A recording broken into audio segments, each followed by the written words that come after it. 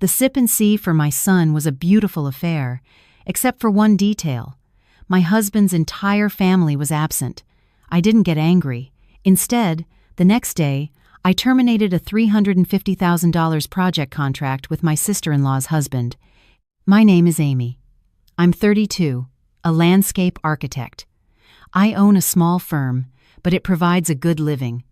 I'm not bragging, I'm just setting the scene. I built my career on merit, on long nights hunched over blueprints, on standing under the scorching sun at construction sites, forcing a smile to maintain my reputation. My husband's name is Henry. He's a kind, quiet man who works a stable job with the state government. Henry loves our son and me, but his love often comes with a dangerous attachment: fear. Fear of his mother, his sister, his relatives, fear of gossip, of disrupting the peace. And in the end, the ones who always paid the price were his wife and child. My son, Leo, was 1 month old. His skin was rosy, his lips a perfect little bow, and he slept with the profound peace of someone who had never known the world's chaos. Holding him, I would just stare. That tiny head, that breath smelling of sweet milk, it made me want to both weep and harden my resolve. I understood that from the moment he was born, I no longer lived just for myself. I hosted Leo's Sip and See at a large hotel in the heart of the city. I booked 20 tables, not for show, but because our guests were a mix of business partners, colleagues, friends, and family from both sides. My mother had advised me to make sure everything was respectable, so people would look upon the baby with affection. My father was more direct. For him, it was about maintaining appearances. Like most older parents, they just wanted to see their children settled and happy. I wanted that too. I hoped this party would be a beautiful pretense to bring our two families closer. I had told myself to let it go all the years of criticism and scrutiny. I told myself to be patient. Now that they had a grandson, surely their hearts would soften. But life has a way of mocking you just when you crave peace the most.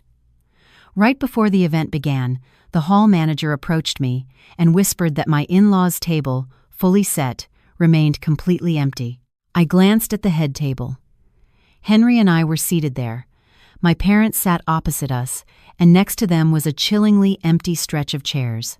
I had reserved the best seats for my father-in-law and mother-in-law, for my sister-in-law Vanessa and her husband Tyler, and for their 2 children. I had even instructed the kitchen to prepare a special low-oil dish for my mother-in-law, who suffered from stomach problems. Now, those vacant chairs felt like a bucket of ice water had been dumped on our celebration. Henry stood beside me, beads of sweat forming on his forehead. He tried calling them once, twice, 5 times. I saw his screen. The calls went straight to voicemail. He swallowed hard and mumbled that maybe they were stuck in traffic or their phones had died. I said nothing. I just looked at this tall, strong man who stood before his wife and child like a schoolboy caught doing something wrong. Seeing him like that made my heart crack into 1,000 pieces. Guests began to arrive in droves. They offered congratulations, they smiled, and they glanced around. I knew that glance all too well. It wasn't malicious, but it was laced with a prying curiosity. It was like a needle poking at the very spot you were trying to hide. Beneath the table, my mother gently squeezed my wrist. Her hand was cold. My father sat bolt upright, his expression as hard as stone. I knew he was swallowing his anger for my sake. When the MC began his speech, I carried Leo onto the stage. The spotlight illuminated every face below. I smiled. It was the kind of practiced smile my profession demanded. No blame, no excuses, no tears. I said a few words of thanks, then turned towards that empty table and offered a faint smile. I explained that Leo's paternal grandparents and his aunt and uncle had a family matter to attend to and couldn't make it on time, but that we should all start the celebration. "Let's save family matters for later," I said. As the words left my lips, I heard a sound in my heart like fine china shattering the sound of a belief breaking irrevocably. I had once believed that patience would earn me affection. I had once believed that having a son would earn me respect. I had once believed family was a place where people wouldn't dream of humiliating you. It turned out they would. The party continued. I went from table to table, raising my glass, smiling, and offering thanks. Everyone complimented Leo on how handsome he was. But I could hear the whispers. The in-laws didn't come? There must be a problem. They must not like her. Henry followed me, a shadow at my heels. He smiled and nodded too, but his eyes constantly darted away. I didn't need an apology from him. I needed him to stand up and say one clear, definitive sentence to defend his wife and child in front of everyone. But he didn't. He was silent, and that silence hurt more than a slap. Towards the end of the evening, as guests were leaving, I finally had a chance to find out the truth. I called a distant relative on my husband's side, his mother's second cousin. The phone rang once, and she picked up immediately. So, it wasn't a dead battery or bad reception. They had just been ignoring my calls. I asked her directly, my voice steady. "Auntie, was our family attending someone else's party this afternoon?" There was a pause, then a sigh. "Amy, dear, don't be upset. Your mother-in-law's sister was also hosting a 1-month party for her grandchild. Your mother-in-law was afraid of offending them, so she took the whole family over there." I didn't hear the rest of what she said. The only words that registered were "time she took the whole family over there." Standing in the middle of the hotel lobby, holding my son, my ears buzzed. I looked at Henry. He looked back at me, his eyes red, yet he still hadn't dared to say a single word to his family. He just stammered that he would explain. I managed a weak smile, my throat tight. I told him, just loud enough for him to hear, that there was no need for an explanation. I understood everything now. That night, I put Leo down in his crib. He slept soundly, his tiny hand grasping my finger as if it were the only thing in the world he could trust. I went to my office and opened my laptop. In my inbox was a contract waiting to be executed, a $350,000 landscape project for a public works facility. The signatory for the partner company was none other than Tyler, my sister-in-law's husband. I had pushed this contract through, ignoring warnings from my legal team because I thought it was family helping family. The word partner on the screen tasted bitter. I didn't scream or slam my fist on the desk or call anyone to yell. I just sat up straight, took a deep breath, and opened a new document, a notice of termination of cooperation. The reasons I listed were all professional: missed deadlines, incomplete paperwork, improper requests for advance payments. I had evidence for every single claim. I finished typing, saved the document, and scheduled it to be sent at 9 a.m. the next morning. After clicking confirm, I sat in silence. The house was still, save for the hum of the air conditioner and the soft sound of my son's breathing. I glanced toward his room, where he slept peacefully in the darkness. I whispered, as if reminding myself, "Leo, honey, Mommy doesn't need anyone's affection. She just needs you to be respected." And I knew that starting tomorrow, my in-laws' peaceful world would be shattered. But it wasn't because I was being cruel. It was because they had chosen to disrespect my son and me first. I was simply returning the consequences of that disrespect. The next morning, I woke up very early, not from insomnia, but because a wire inside me had been pulled too taut. Lying in bed for another minute would have snapped me upright. I got dressed, washed my face, and made a glass of warm water. Leo was asleep in his crib, his lips pursed as if dreaming of milk. Looking at him, I told myself to be clear-headed, to be firm. There are some battles where if you soften even a little, people will push you back until you have no ground left to stand on. At 10 minutes to 9, my phone started vibrating. A few stray texts at first, then a deluge. I wasn't in a hurry. I picked Leo up, fed him, changed his diaper, and rocked him back to sleep. I did everything slowly, deliberately, as if there wasn't a storm brewing outside over a $350,000 contract. At exactly 9 a.m., the email was sent. I sat at my computer, watching the sent notification appear, and felt a strange sense of calm. Not the calm of a victor, but the tranquility of someone who has finally set down a heavy burden. At 9:15, Tyler called. I let it ring 3 times before answering. His voice on the other end was strained, trying to maintain a professional tone, but the frustration bled through every word. "Amy," he said, "can you please double-check for me? Did your company send a termination notice? Is this some kind of mistake? The project is underway. We've already assigned staff and ordered materials. I listened without interrupting. When he finished, I replied in the even tone of a business meeting. "It's not a mistake, Tyler. It was a company decision. Our legal department reviewed the project milestones and your paperwork, and since you couldn't meet the requirements, we're halting the project." Tyler paused for a second. Then his voice dropped into a familiar, wheedling tone. "Amy, business is business, I get it. About the party yesterday, we can talk about that later. We're family, after all. For Henry's sake, for little Leo's sake, don't be so harsh." I let out a small, dry laugh. I had expected this. When they needed money, they called you family. When they needed to save face in front of relatives, they forgot you were family too.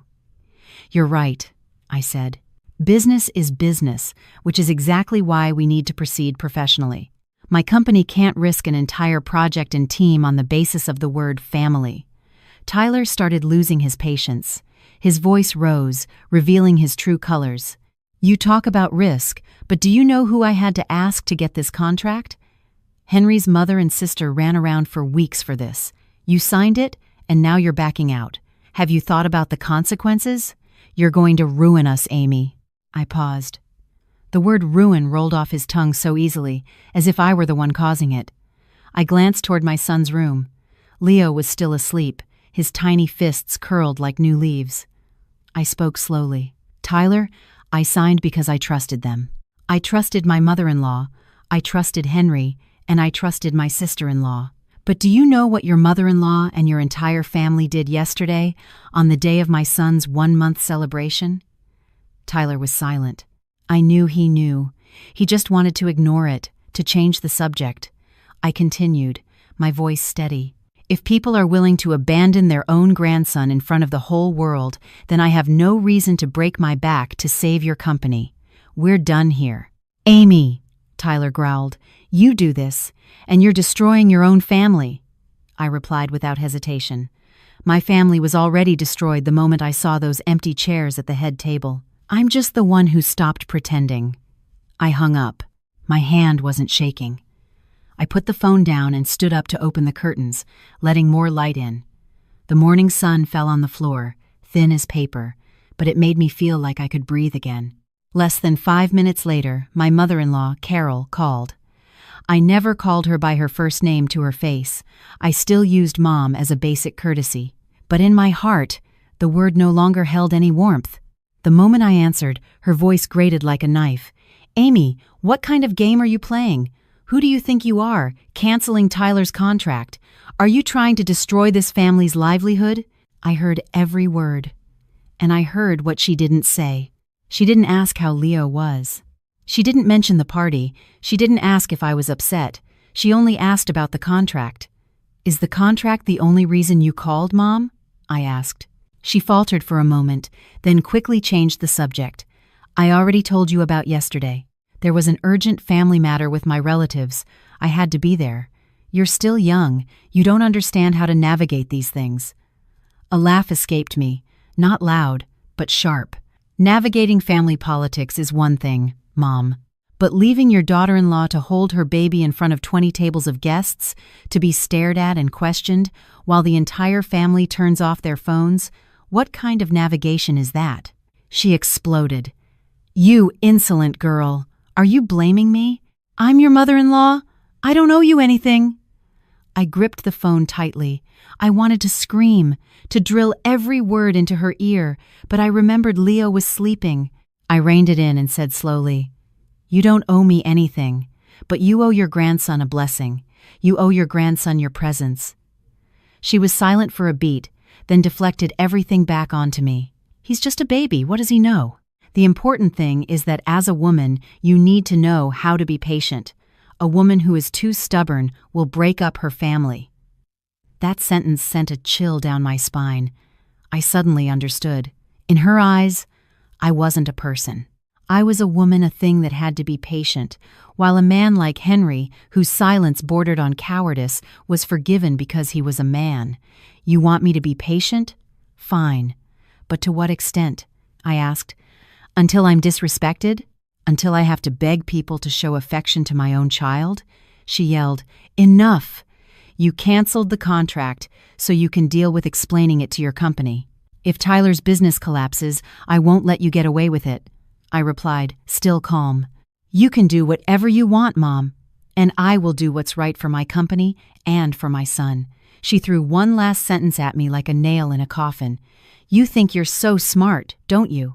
If you're so smart, then you can raise your son by yourself. Don't expect this family to acknowledge him anymore. I went numb. Not from fear, but from the raw, naked truth. They only acknowledged me when I was useful, when I made money, signed contracts, brought in projects. But me as a mother, a wife, a daughter-in-law, I wasn't worth a shred of affection. Fine, I said. I'll raise him myself. I hung up. This time, my hand trembled slightly. I sank into a chair, staring blankly at the wall. An image of the hotel ballroom flashed in my mind. The empty chairs, the curious stares, my forced smile. I used to think my patience was for the sake of keeping my family together. Now I realize that some families can't be held together, no matter how hard you try, because their foundations were never built on love. Just then, the phone rang again. This time, it was Henry. Seeing his name on the screen gave me a strange feeling, both familiar and distant. I answered. Amy, his voice was tired. Please, don't make things worse. I'm at Mom's house. She and Vanessa are crying. The whole family is in chaos. The phrase "the whole family" felt like another slap. The whole family was in chaos over a lost contract. But yesterday, when I was standing in that ballroom holding our son, how chaotic was my world. Did he even ask? Did you call your mother after we got home last night? I asked. He stammered, yes, but she was busy. And Vanessa said, I cut him off, my voice quiet but sharp. Henry, did you ask your mother why the entire family turned off their phones when I called?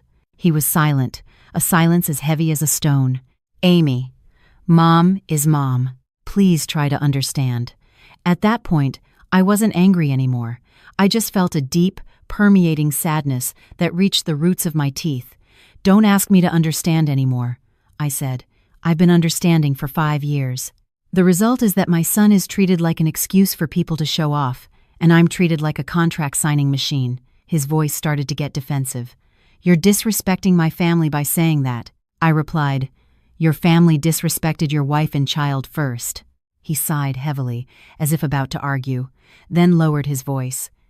Amy, I'm begging you, just give Tyler a chance. That contract is huge. If you break it, people will say, my family relies on you, and then you'll humiliate us. I felt a bitter pang.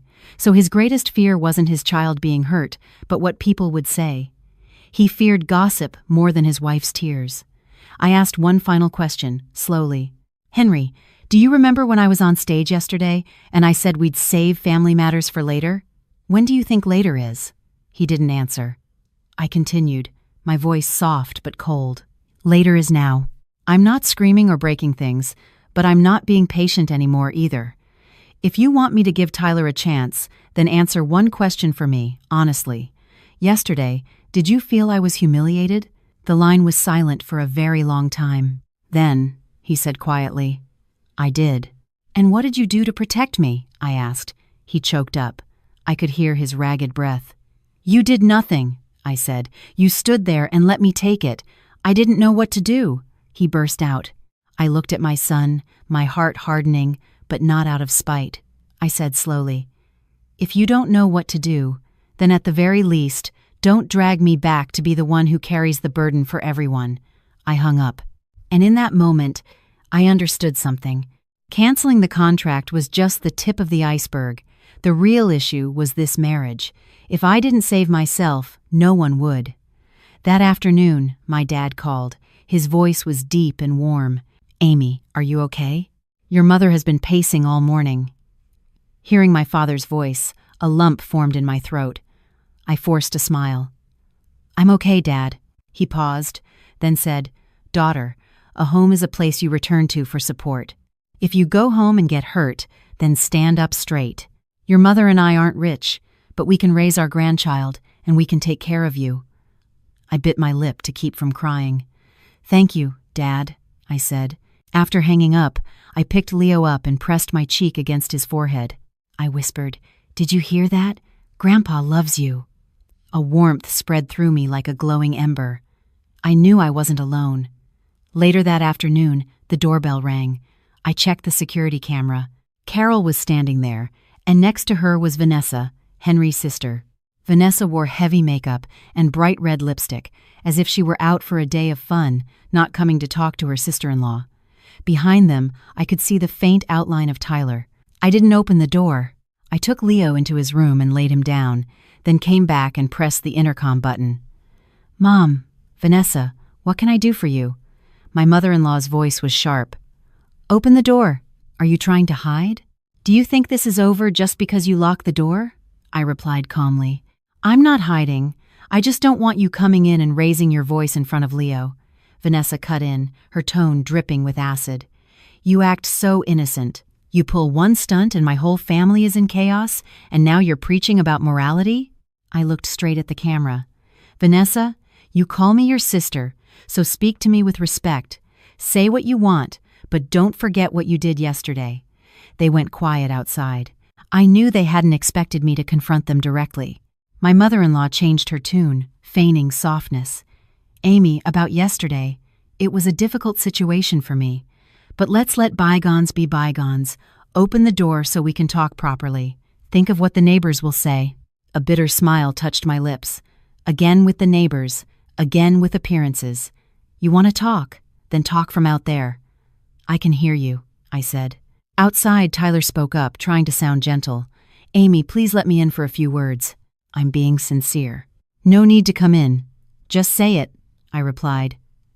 I heard Vanessa take a sharp breath, as if about to curse, but my mother-in-law cut her off. She spoke quickly, afraid I'd interrupt. "You canceled the contract. You made this family lose face. You've endangered Tyler. What do you want? Do you want me to apologize?" "Fine. I'm sorry. Are you happy now?" Her apology held no remorse. It was like tossing me a bone in exchange for $350,000. I stood silently, listening to my own heartbeat, then spoke very slowly. "Are you sorry about the contract, or are you sorry for skipping Leo's party?" The silence outside was absolute. I continued, my voice no longer shaking. "If you're sorry about the contract, then don't be. That's a business matter. But if you're sorry about Leo, then say one thing and mean it. Asterisk, I was wrong to abandon my grandson, asterisk. If you say that from the heart, I'll open the door." My mother-in-law's voice shot up, shrill and furious. You dare to set conditions for your mother-in-law?" I saw it clearly then. She couldn't say those words. She couldn't admit she had abandoned her grandson. She just wanted her advantage back, I replied, my voice clear. "Yes, I'm setting conditions, because I have nothing left to lose but my dignity as a mother." After that, Vanessa unleashed a torrent of insults. I didn't listen. I just turned off the intercom and walked away. I went into my son's room and sat beside his crib, listening to him breathe. My heart ached, but I also felt a sense of relief. I ached because I knew I had crossed a line I could never go back on. I was relieved because, finally, I hadn't bowed my head. But I also knew they wouldn't stop there. When people lose something they value, they will find a way to get it back. And I knew that tonight, or tomorrow, they would find my weakest point and strike. Henry. That night, I barely slept. It wasn't because I was scared, but because my mind was racing, playing out all the scenarios I knew my in-laws would concoct. I had lived with them for 5 years, long enough to know their patterns. When being soft didn't work, they would get tough. When being tough didn't work, they would cry. And when crying didn't move you, they would shift the blame to someone else and force that person to bear the responsibility. That person was always Henry. Around midnight, my phone vibrated. A short text from him. Asterisk, Amy, can I come home to talk? Asterisk, I stared at the message for a long time. The word home in his text made me want to laugh. Which home? My home? The one I bought with my own money before we were married, where I was raising our son alone? Or the home in his mind, where his mother and sister were sitting and calculating every dollar of that lost contract? I replied with just 2 words. Asterisk, come home. Asterisk, 2 words. Not an invitation, not a rejection. but I knew it was going to be a long night. Around 1 a.m., the door opened. Henry walked in. His shirt was wrinkled, his eyes were red, and his hair was a mess. He didn't look like a man coming home, but like a child who had just been scolded and had nowhere else to run. I stood in the doorway of Leo's room, holding our son. I didn't invite him to sit, nor did I ask if he had eaten. I just said, "Talk." Henry stood in the middle of the living room, clenching and unclenching his fists. It took him several tries to speak. Mom and Vanessa," they said a lot. "Tyler is getting pressure from the bank. If this contract doesn't save him, his company will really go bankrupt. Because of what you did? The whole family is blaming me. They say I'm incompetent, that I let my wife control all the money." I listened as a chill spread through me. Not a single word about my feelings, not a single word about our son being abandoned. It was all about the contract, the company, his male pride. "So what do you think?" I asked. He hesitated. I know they were wrong yesterday, but Amy, they're still family. You're being too harsh. They can't handle it. I'm stuck in the middle." I laughed, but there was no joy in it. "You're stuck in the middle? Then where do your son and I stand?" He froze.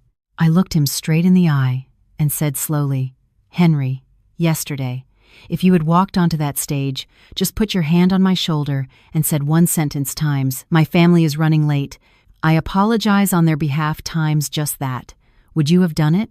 He bowed his head. I continued, my voice even. "Today, when your mother yelled at me through the intercom and your sister called me insolent, did you defend me?" He was silent. I nodded. "That's enough." Henry quickly took a step forward. "Amy, don't be like this. I didn't defend you because I don't love you. I don't want the family to fall apart." I held Leo tighter. My voice dropped. "The family already fell apart the moment you left me alone in that ballroom. Our family isn't breaking because of a contract. It's breaking because you didn't choose your wife and son." He stood there, stunned. I put Leo down in his crib and came back to sit across from him. For the first time in years, I spoke to him slowly, clearly, as if delivering a verdict. "Henry, I didn't cancel the contract for revenge. I canceled it because I no longer trust them. I don't trust Tyler's competence. I don't trust your mother's decency. And I don't trust that you have the backbone to protect our little family." He choked out.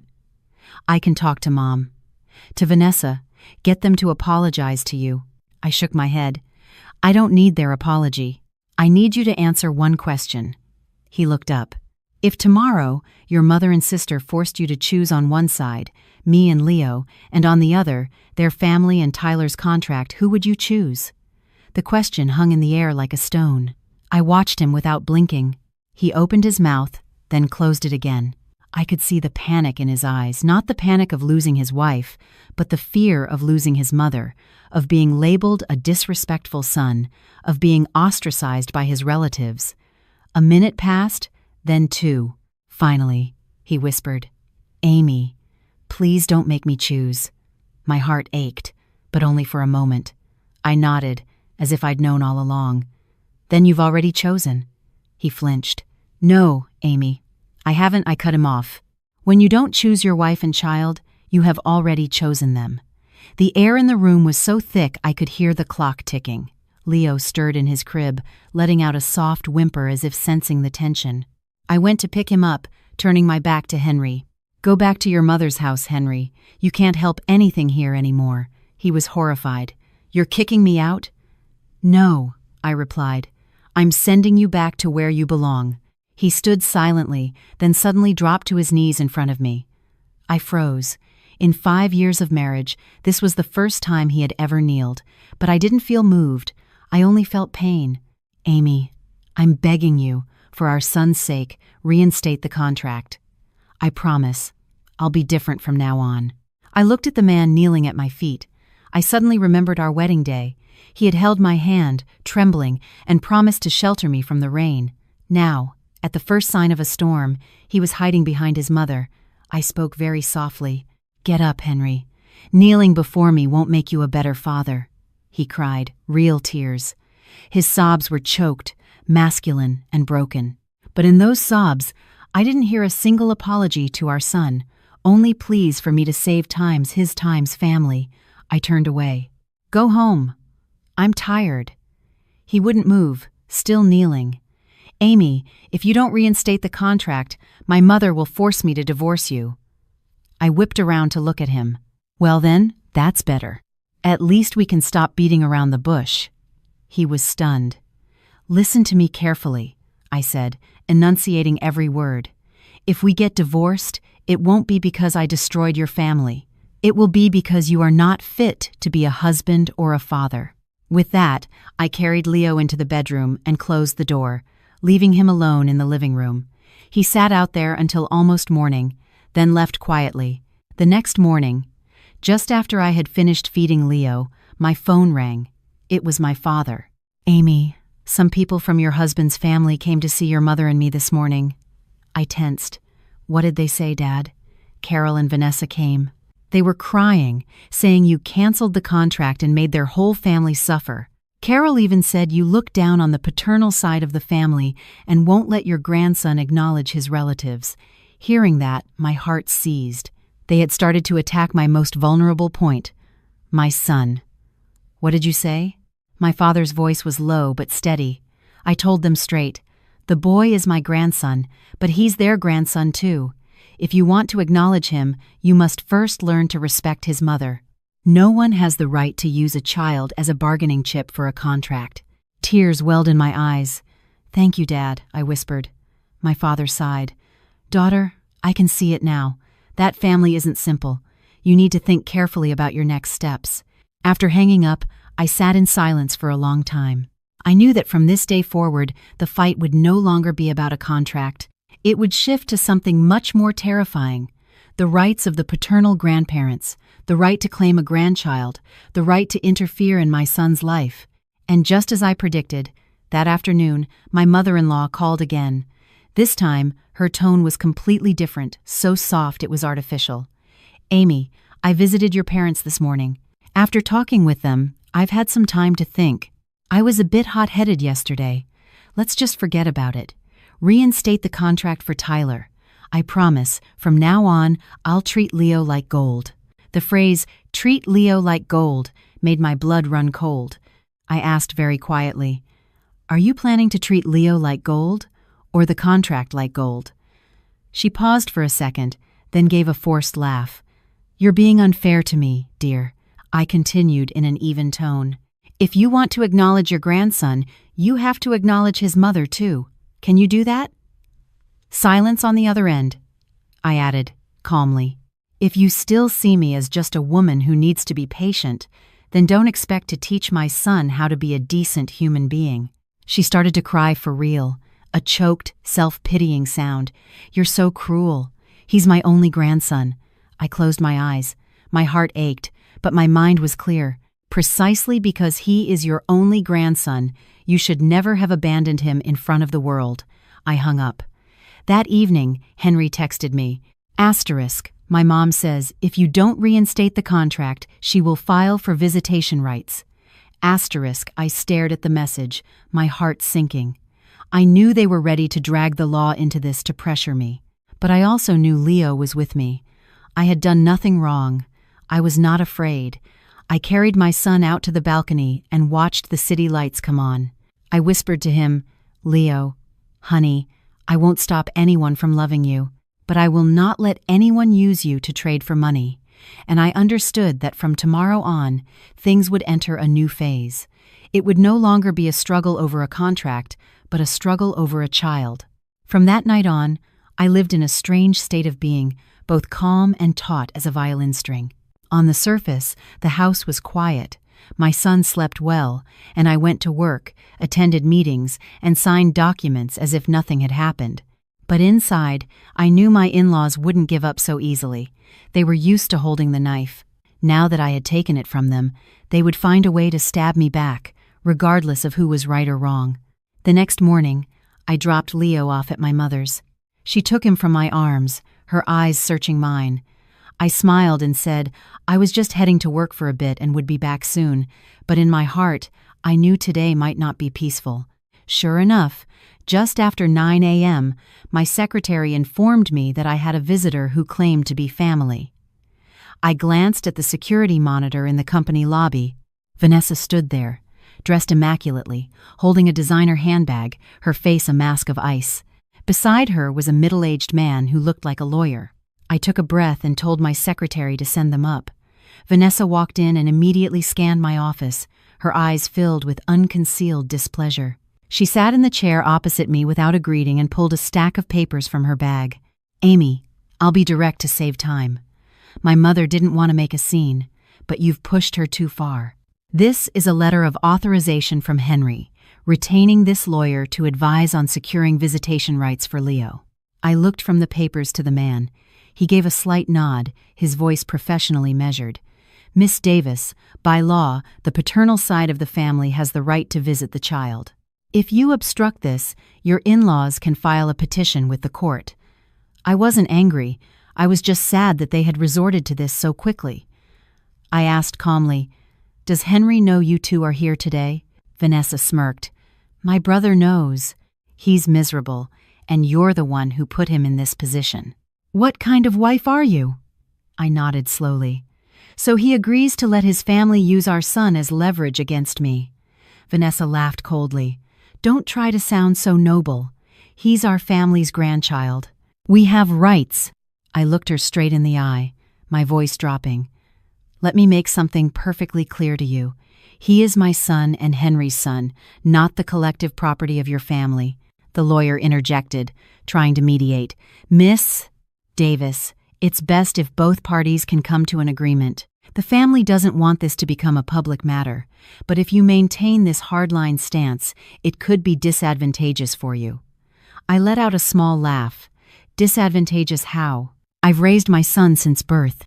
I'm not preventing visitation, but I will not allow anyone to use their rights as a grandmother or an aunt to force me into a business deal." Vanessa slammed her hand on the table. "Are you still talking about the contract? Have a heart. Tyler is about to go bankrupt, you know that?" I replied, "I do. And that is not my responsibility." The air in the room grew thick. The lawyer looked at me, his tone softening. "Miss Davis, you should think about the long term. If this goes to court, your marriage, your income, your time spent caregiving, everything will be scrutinized. No one wants their private life aired out in public." I looked at him slowly. "It's precisely because I don't want my private life aired out in public that I hope you will go back and tell my family one thing. Do not use a child to trade for money." Vanessa shot to her feet, her face flushed with anger.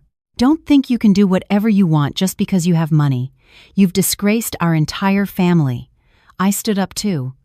For the first time, my voice rose slightly. "The disgrace to your family wasn't caused by me. It happened the moment your entire family abandoned their grandson in a hotel ballroom." Vanessa was speechless. I pointed to the door. "If you came here to have a civil discussion about visiting my son, I'm willing to listen. But if you came here to threaten me, I'm done." The lawyer stood up first and pulled Vanessa away. Before she left, she turned back and threw one last dagger of a line at me. "You just watch out. My mother won't let this go." After the door closed, I finally collapsed into my chair. Only then did my hands start to shake. Not because I was afraid of them, but because I understood that from now on, everything would be dragged into the light. My marriage, my child, and all the things I had tried so hard to keep private. "Later," Henry called. His voice was utterly exhausted. "Amy, why did you let Vanessa come to your office? Mom found out." I laughed without humor. "I didn't let times her. Your sister came on her own," he sighed. "Amy, please, don't push things any further. Mom has been crying non-stop.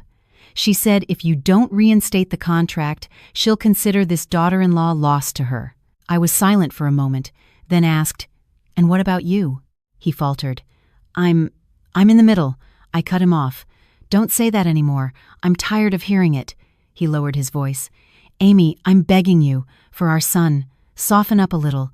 I replied, "It's precisely because of our son that I can't soften up."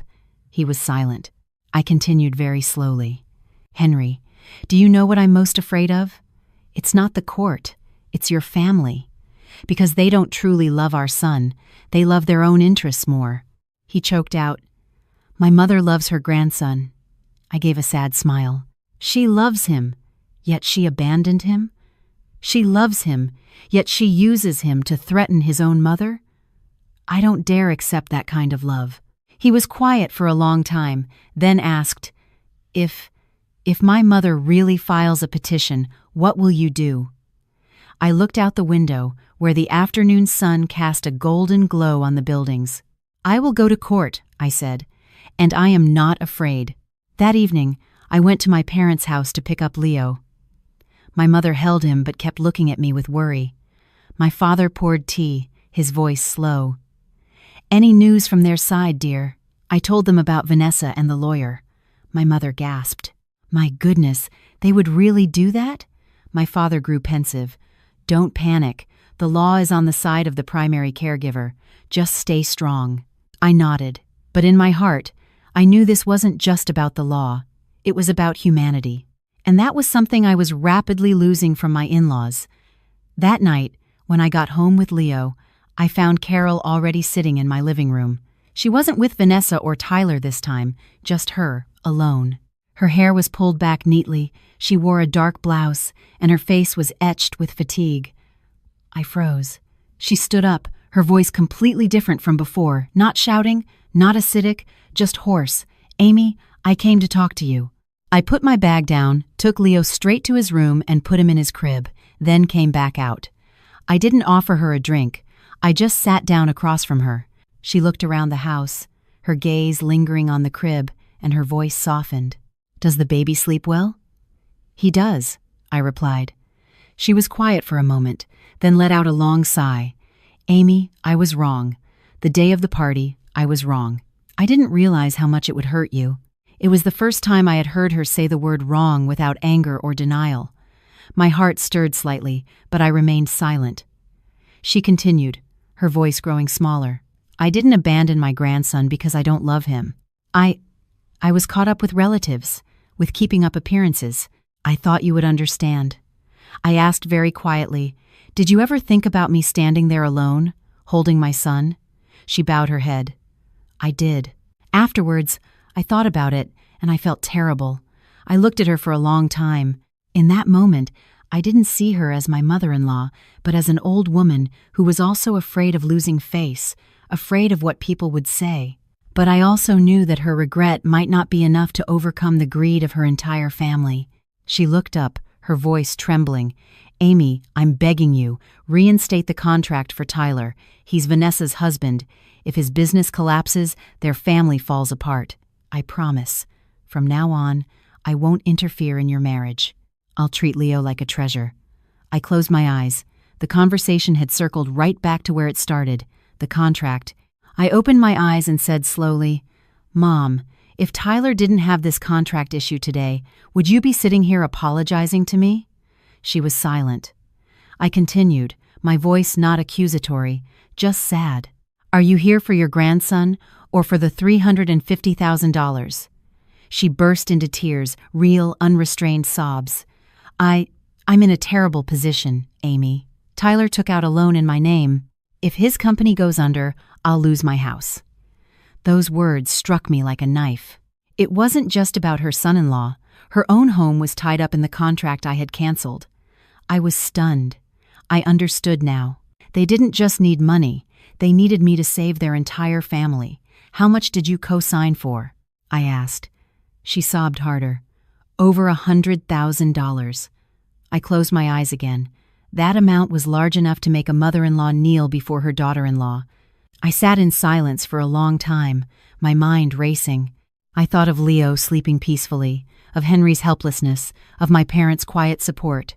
I understood that if I softened now, I could save my in-laws' family. But from that day forward, I would be living in a family that saw me not as a person, but as a life raft. I opened my eyes and looked at her, speaking very slowly. "Mom, I feel for you. I truly do. But I cannot reinstate that contract." She looked stunned. I continued, "I am not a bank. I cannot use my company to carry the debt for my entire extended family. And I certainly cannot teach my son that the way to be loved is to trade yourself for money," she cried out. "So you want me to die?" That felt like a bolt of lightning. I shot to my feet, my voice trembling but clear. "Don't say that, Mom. I'm not killing anyone. The people who put you in this situation are Tyler and Vanessa, with their reckless borrowing. It wasn't me." She sobbed uncontrollably, unable to stand steady. I helped her sit back down, my voice softening. "Go home, Mom.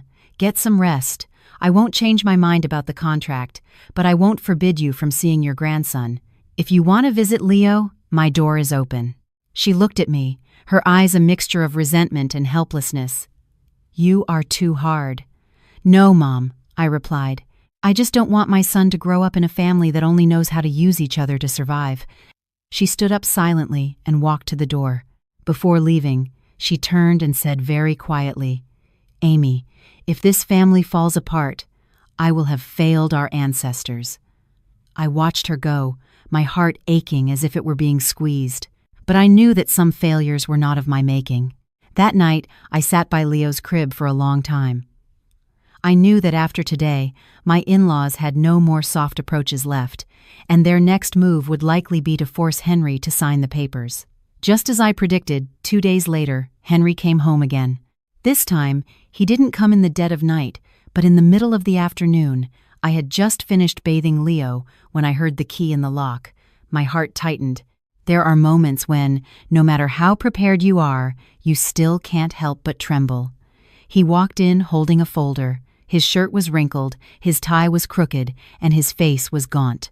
He looked at me, his eyes pleading and fearful. "Amy, can we talk for a minute?" I put the towel down, picked Leo up, and replied curtly, "Go ahead." He looked down at the folder in his hands and swallowed hard. "Mom, she's making me sign this." I glanced over. "Just a glimpse, but I knew what it was." I asked calmly. "Divorce papers or power of attorney?" He froze. "Both." My heart clenched, but only for a beat. I nodded. "Continue." He sat down, his hands trembling as he opened the folder. "Mom said if I don't sign, she'll lose the house. She co-signed the loan. She can't handle it. Vanessa is crying. Tyler is hiding. I don't know what to do." I looked at him for a long time. I wasn't angry anymore. I just felt pity for a man who was too weak to carry the weight of any role he was given. "So, have you signed?" I asked. He shook his head, his eyes red. "No, I brought them home to show you first." "Good," I said. I put Leo in his crib and sat down across from him. I spoke slowly. "Henry, tell me the truth. If I reinstate the contract, your family will be saved. But what happens after that?" He was silent. "After that, Tyler will keep borrowing, Vanessa will keep depending on him, your mother will keep co-signing for them, and every time your family needs money, they'll come to me. And you'll tell me to be patient, for the sake of our son, for the sake of the family. Am I right?" He bowed his head. I knew I was right. I continued very quietly. "And what about me? What about my company? What about our son? If that project fails, who takes the fall?"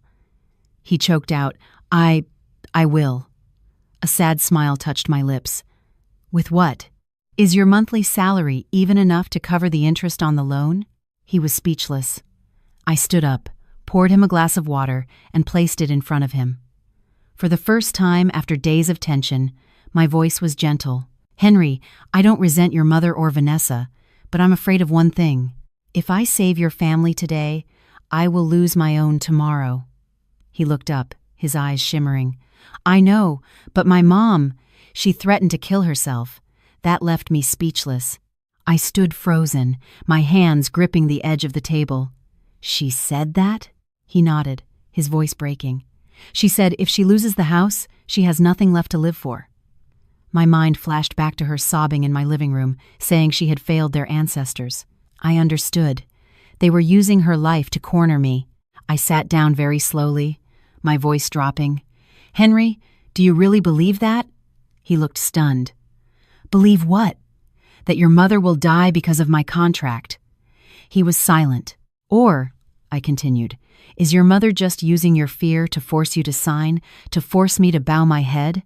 He couldn't answer. I sighed, feeling both pity and exhaustion. Henry, if your mother is truly contemplating that today, the person who needs to worry is not me. It's you, and Vanessa, and a doctor. No one has the right to force me to risk my company, my son, and my entire life to buy a false sense of peace for your family. He cried, silent tears running down his face, his shoulders shaking. I'm a terrible son. I can't save my mother. I placed a hand on his shoulder, very gently. No. You are not the terrible one. The ones who are those who pushed their own mother into debt and then expected their daughter-in-law to carry the burden. He looked up at me, his eyes as lost as a child's. Amy, if I don't sign, my mom will kick me out of the house. I'll have nowhere to go. That sentence pierced my heart. I looked at him for a long time. In that moment, I realized that for the past 5 years, Henry had never truly had a home. At his mother's house, he was a son who had to obey orders. At my house, he was a husband who didn't dare to stand up for himself. He was always in the middle, belonging nowhere. Where do you want to go? I asked. He looked confused. Do you want to go back to your mother's house, where you have to sign divorce papers to save her? Or do you want to stay here, where you have a wife and son, but you have to have the courage to stand against them? He was silent for a very long time. I didn't push him. I knew this was the question that would define his entire life. Finally, he whispered, I'm scared. I nodded. I know, I continued, my voice slow, each word deliberate. But Henry, part of being a man is choosing which fear is greater, the fear of upsetting your mother, or the fear that your son will grow up without a real father. He trembled. I looked at him, my heart softening a little, but not weakening. You didn't bring these papers here to ask for my opinion. You brought them here because you didn't have the courage to sign them yourself. Am I right? He nodded, tears falling. Then, let me tell you my decision, I said, taking a deep breath. I am not reinstating the contract, and I am not signing divorce papers right now. But if you sign them because you were forced to, I will not take you back later. He panicked. Amy, don't I cut him off? I mean it. I will not keep a husband out of pity. I need a man who dares to stand with me. He looked at me, his eyes red. If I stand with you, my family will really fall apart. I replied, Your family is not falling apart because you stand with me. Your family is falling apart because they built it on debt and greed.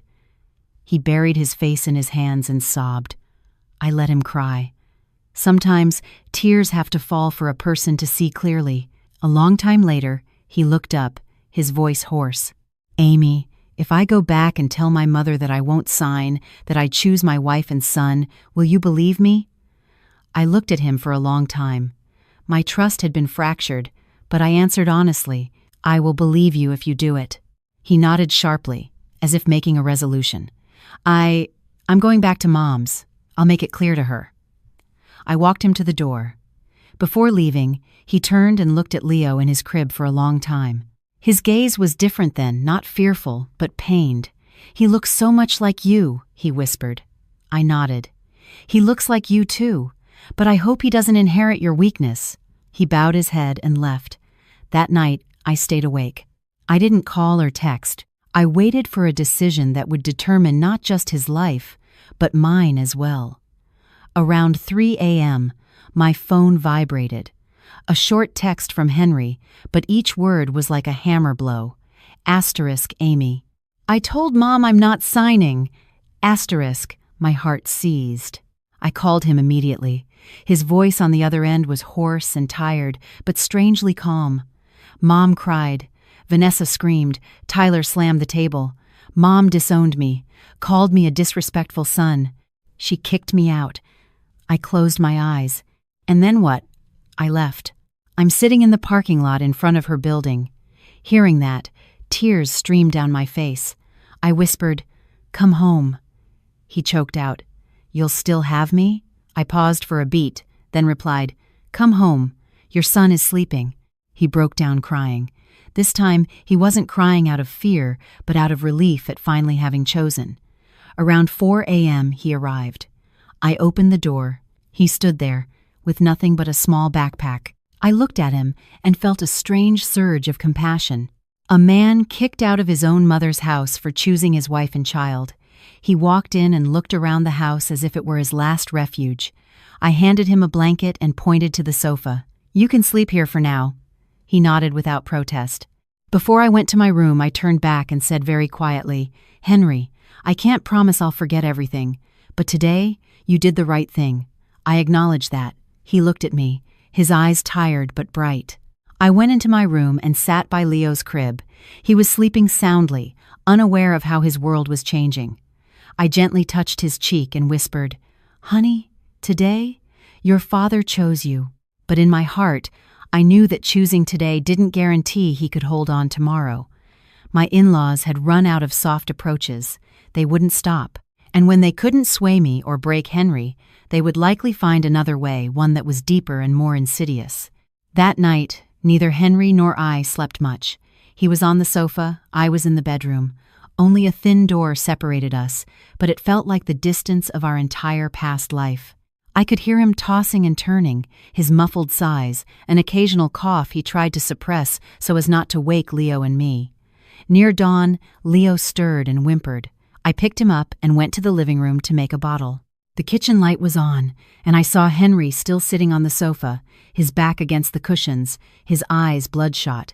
He clearly hadn't slept at all. When he saw me, he shot up, fumbling. "Let me hold him." I looked at him for a second, then nodded. He took Leo, his movements clumsy but careful. The moment he was in his father's arms, Leo stopped crying, his eyes fluttering open to stare up at Henry. A faint smile touched Henry's lips, a rare sight after so many dark days. He recognizes me," he whispered, his voice trembling. I stood by the counter, mixing the formula, my heart softening just a little. There are moments when an apology isn't necessary. Just knowing you are still allowed to be a father is a form of redemption. After feeding and putting Leo back in his crib, I saw the first light of dawn breaking outside. I looked at Henry and said quietly, "Take the day off today." He nodded. "I already called in. I want to be home." I said no more. I knew today wouldn't be quiet. His mother would not let this rest. Sure enough, before 9 a.m., my phone rang. It was Carol. I took a deep breath and answered. Her voice was no longer tearful like before, but eerily cold. "Amy, come to my house," I replied calmly. "If you have something to say, Mom, you can say it over the phone." "This can't be said over the phone. It's important." She paused, then enunciated each word slowly. "I want to discuss the future of Henry and the baby." I gripped the phone tightly. "If you want to talk about your son and daughter-in-law, then be direct." She gave a dry laugh. "Don't worry, I'm not going to eat you alive. I just want to know how long you plan on keeping Henry." That sentence chilled me to the bone. I glanced over at Henry, who was standing near the kitchen, his expression anxious. "Henry is my husband. Whether I keep him or not is not for you to decide." Her voice turned sharp. "Then you bring him back to my house right now. I will not have my son hidden away by his wife." A small smile played on my lips, though a storm was raging inside me. "Mom, this is my home, and Henry's home. I'm not hiding anyone." She was silent for a few seconds, then said something that left me stunned. "In that case, I'll come over to see my grandson this afternoon." I froze. "I'm coming to see my grandson. I have the right to visit him, don't I? Or are you afraid that if I see him, I won't let him go?" The call ended there. I lowered the phone, my hand ice cold. Henry looked at me, understanding immediately. "My mother. She's coming this afternoon," I said flatly. His face turned pale. "Amy, maybe I should take Leo to your parents for a few days." I shook my head. "No need. Hiding won't solve anything. We have to face this sooner or later." He bowed his head, his voice small. "I'm afraid Mom will make a scene." I looked at him and said slowly, "If you stand behind me again today, silent while they cause chaos, then everything that happened last night will mean nothing." He flinched and looked straight at me. His eyes panicked, then gradually hardened. I will stand with you." I nodded. "I believe you. But remember, if you take even one step back, I'm letting go." That afternoon at 3 p.m. sharp, the doorbell rang. I checked the camera. Carol and Vanessa were outside. They were both well dressed, but their faces were tense. I opened the door. Carol walked in first, her eyes sweeping the house as if inspecting her territory. Vanessa followed, her lips pressed into a thin line. "I came to see my grandson," Carol said coldly. "Of course. Please come in," I replied politely, and brought Leo out of his crib. Her expression softened the moment she saw him. She reached for him, her voice suddenly gentle. "Come to Grandma, let me see my little boy." I let her hold him but stood close by. Vanessa stood beside them, looking at the baby with a mixture of curiosity and resentment. After a moment, Carol sat down, holding the baby, and sighed. "Amy, I don't want things to be tense, but you have to understand, our family is in a very difficult position." I sat opposite her, keeping my voice steady. "I understand, but I cannot let personal feelings interfere with a business matter." Her eyes narrowed. "You say that so easily, but without that contract, my family loses everything. I'm old. I can't bear the thought of becoming a renter." I softened my tone. "I'm willing to help you find a better place to live, or even help with some of the rent, but I am not reinstating the project." Vanessa shot to her feet. "How can you say that? My family loses our home, and you think offering to help with rent makes it okay?" I looked directly at Vanessa. "Your husband is the one who caused this problem. No one forced you and Tyler to sign those loan papers." Vanessa's face flushed. "But you're the wealthiest one in the family. If you don't help, who will?" That drew a sad smile from me. "Being the wealthiest doesn't mean I have to carry everyone else's burdens." Carol placed Leo back in his crib and turned to Henry, her voice trembling. "Henry, speak. Do you really want to abandon your mother?" Henry stood up, his fists clenched, his voice hoarse. "Mom, I'm not abandoning you, but I can't force my wife to do something wrong." She looked at him, tears streaming down her face. "So you'd let me die on the street?" My heart ached, but I didn't speak. This was his moment. Henry walked forward and knelt before his mother. The sight stunned me. He bowed his head, his voice choked. "Mom, I'm begging you, stop using your life to pressure me. I'm a terrible son for not being able to save our family, but I can't be a terrible husband and father for the rest of my life." Carol was speechless. Vanessa was also frozen. "I raised you for 30 years, and now you choose your wife over your mother," she sobbed. Henry shook his head, tears falling. "I'm choosing to be a husband and a father, Mom. I'll work extra jobs to help pay back the debt with you, but I will not trade my son's future for it." The room was utterly silent. I looked at him, and for the first time in my life, I saw Henry truly stand tall. Carol stared at her son for a long time, then turned to me. Her eyes filled with a mix of resentment and helplessness. "Amy, do you really have no sense of family obligation left?" I replied quietly. "I have enough obligation left that I haven't sued for damages, that I haven't let Tyler go to jail. But I cannot sacrifice my child." Vanessa burst into tears.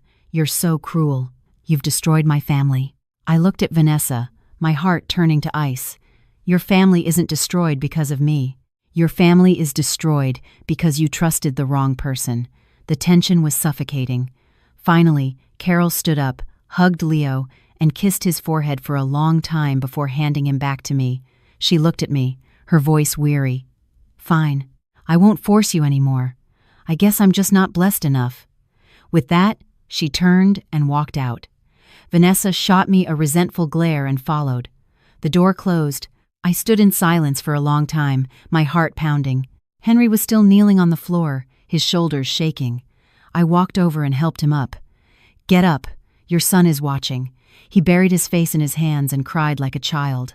"Amy, I'm afraid my mother will hate me for the rest of her life." I placed a hand on his shoulder, my voice low. "Maybe. But if you hadn't done this today, your son would have hated you for the rest of his life." He looked at me, his eyes filled with gratitude and pain. That evening, I received a text from Vanessa. Just 3 words. Asterisk, you won.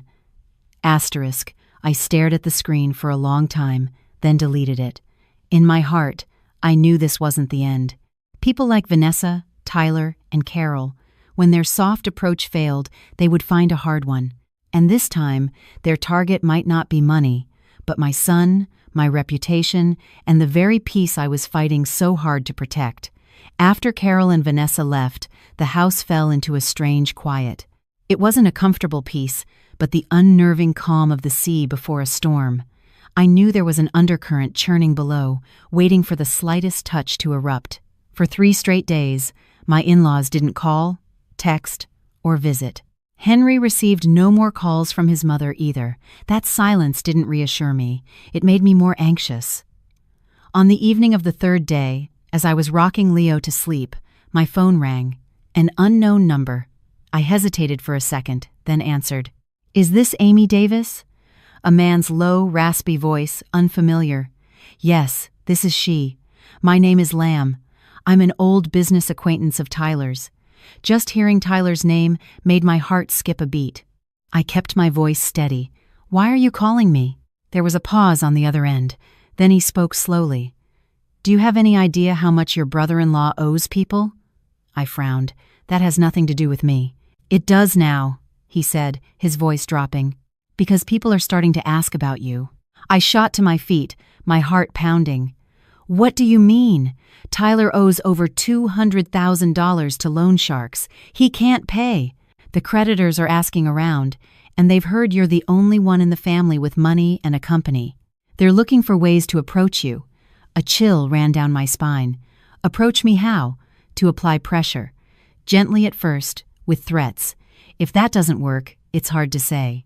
I'm calling to give you a heads up, out of respect for our old connection." I gripped the phone tightly. "Thank you for telling me." The call ended. I stood frozen in the middle of the room, a cold sweat breaking out on my back. It seemed the hard approach I had feared was beginning. That night, I told Henry everything. His face went pale as he jumped to his feet. I had no idea about this." I looked at him for a long time. "Henry, from now on, I need you to be completely clear-headed. Do not hide anything from me related to your family. Not one single thing." He nodded fiercely, his voice trembling. "I swear," I sighed. "Starting tomorrow, I'm increasing security, changing the times I drop off and pick up our son, and limiting unfamiliar visitors. And you are not to let anyone know Leo's schedule." He took my hand and squeezed it hard. "I will protect you and Leo." I looked at him, feeling both warmth and worry. Promises are easy to make, but reality is what truly tests a person. 2 days later, the first incident occurred. I was in a meeting at work when the nanny called, her voice frantic. "Miss Amy, a little while ago, 2 men were standing outside the gate asking about the family. They said they were relatives from the paternal side, but they looked suspicious, so I didn't let them in." My heart hammered against my ribs. "Are they gone?" "They're gone now, but they stood out there staring for a long time." I immediately excused myself from the meeting and drove home. On the way, my hands were shaking so much I could barely hold the steering wheel. Only one thought consumed me. If they dared to come near my son, I would no longer be gentle. When I got home, I checked the security cameras, the gate, and all the locks. Henry had also left work early. That entire afternoon, we barely let Leo out of our sight. That evening, after Leo was asleep, Henry sat before me, his voice heavy. "Amy, I think Tyler must be behind this. I'm afraid they want to use our son to pressure you." Hearing that, I felt the blood rush to my head. If they really dare to do that, I will no longer consider them family. Henry bowed his head, his voice choked. "I'm sorry for bringing this trouble into your life." I looked at him and said slowly, "Henry, from the moment you chose to stand with me, this trouble is no longer just mine, it's ours. The important thing is whether you have the strength to walk with me to the end." He looked up, his eyes red but determined. "I do. Even if I lose everything, I won't let them touch our son." For the first time, I truly believed him. The next morning, I went to my office early and met privately with my head of legal. I was direct. "I need you to investigate all loans, companies, and assets registered under Tyler and Vanessa's names. I want to know exactly how much danger they're in." He was a bit surprised but nodded. "Of course. I'll have someone on it immediately." That afternoon, I received another strange call. This time, it was a woman's voice, artificially sweet. Amy, dear, I'm a close friend of Vanessa's. I'm calling to give you a little advice. I laughed coldly. If you're Vanessa's friend, I doubt you're calling with my best interests at heart, she chuckled. You're a smart one. I'll be blunt. Her family is in deep trouble. If Tyler can't pay his debts, people won't leave them alone. Just think, if something were to happen to the little one. My hand clenched into a fist, my voice turning to ice. Are you threatening me? Not at all. Just a reminder. A smart woman knows when to be flexible. I cut her off. Go back and tell Vanessa and Tyler one thing. If a single hair on my son's head is harmed, I will make sure they have no future, not in society, and not in a courtroom. With that, I hung up. My hands were still shaking, but my resolve had hardened like steel. That evening, my head of legal sent me a thick file. I opened it, and each line I read felt like a paper cut. Tyler didn't just owe $200,000. The total was closer to $300,000, high-interest loans from shady sources, some with ties to organized crime. Some of the money was from failed investments, but a large portion was from gambling. I put the file down and took a deep breath. The pit my in-laws had fallen into was far deeper than I had imagined, and what they needed wasn't a $350,000 contract. They needed someone to take on a mountain of debt. Henry sat beside me, reading each page, his face growing paler. My God, how could he? I looked at him. Now do you understand why I didn't reinstate the contract? He nodded, his eyes red. If you had, you would have gone down before they did. I nodded grimly. And our son would have grown up buried in debt and fear. I couldn't sleep that night. I lay staring at the ceiling, listening to the steady rhythm of my son's breathing in his crib, my heart filled with both worry and love. I wasn't afraid of losing money. I was afraid of losing my son, of losing the small family I had just managed to hold together. Near dawn, my phone vibrated. A text from Vanessa. Amy, I'm begging you. Please save us this one time. If not, Tyler is really going to die. I stared at the message for a long time, and tears fell before I even realized it. Not because I felt sorry for Vanessa, but because I understood that when people are pushed to the brink, they are capable of anything. I didn't reply right away. I picked Leo up, kissed his forehead, and whispered, "Honey, Mommy won't let anyone take away your peace, even if it means she has to become the bad guy." But in my heart, I knew that from this moment on, I wasn't just fighting my in-laws anymore. I was stepping into a real war, where one wrong move could shatter my little family. After Vanessa's desperate text, I didn't reply immediately. I put my phone down, held Leo, and sat by the window for a long time. It was early, a thin mist cloaking the rooftops across the street. The neighborhood was quiet, but my heart was not, beating a heavy rhythm against my ribs. I knew that if I softened now, everything I had fought to protect would collapse. But if I was too hard, the consequences might extend beyond money. Henry woke to find me sitting there with our son, my expression heavy. He came over and asked softly, "Vanessa texted again?" I nodded. He sighed, his voice hoarse. "She said Tyler is being threatened. If they don't get the money this week, they'll—" He left the sentence unfinished, but I understood. I looked at him and asked very slowly, "Henry, if I don't help, will you resent me?" He stared at me for a long moment, then shook his head. "No, I'll only resent myself for letting my family sink this deep." I nodded slowly. "Good. I need you to remember that. No matter what happens, I don't want you to ever look at me with resentment." He took my hand and squeezed it. "I promise." That afternoon, I called Vanessa myself. "Where are you?" I asked directly. Vanessa was taken aback for a second, then answered quietly, "I'm at my mom's. 4 o'clock. Meet me at the Ann Locke coffee shop on Main Street. Come alone," I instructed. "And don't tell anyone."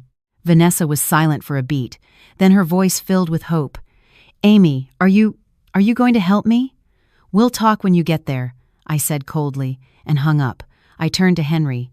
"I'm meeting Vanessa this afternoon." His face paled. "It's too dangerous." "I'm coming with you." I shook my head. "No. I need to speak to her honestly. If you're there, she'll put on an act." He grabbed my hand, worried. Amy, what if they try something? I managed a faint smile. Don't worry. Right now, they need my money more than my life. At 4 p.m., I arrived at the coffee shop 10 minutes early and chose a secluded table with my back to the wall, giving me a clear view of the entrance. I didn't want any surprises. Vanessa arrived 5 minutes later.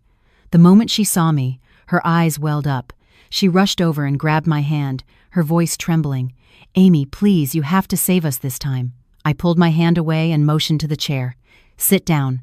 Vanessa sat, tears streaming down her face. You don't understand. They came to our house. They threatened to break Tyler's hands. I looked straight at her, my voice calm. Crying won't solve anything, Vanessa. Tell me the whole truth. She bit her lip and spoke through sobs. At first, Tyler only borrowed a little for his business. It failed, so he took out high-interest loans. And then, he started betting on sports. By the time I found out, it was almost $300,000. Who introduced him to that? I asked. She shook her head. I don't know. Some friends from his social circle. I took a deep breath. How much are they demanding now? 100,000. This week. If not, they'll take the house and they won't let him go. I was silent for a long time. $100,000. The amount wouldn't bankrupt me, but it was enough to drag me down with them if I wasn't careful. Do your mother and the rest of the family know? I asked. She gave a bitter laugh. They all know. Mom has been crying nonstop. I'm sure Henry knows too. I nodded. So you came here to ask me for a loan? She nodded eagerly. Yes, please, just lend it to us. We'll sign a contract. We'll pay you back slowly. I looked at her, my heart cold. How do you guarantee you can pay it back? She choked. I'll get a job. We'll sell the house, the car. I'll pay you back. I shook my head.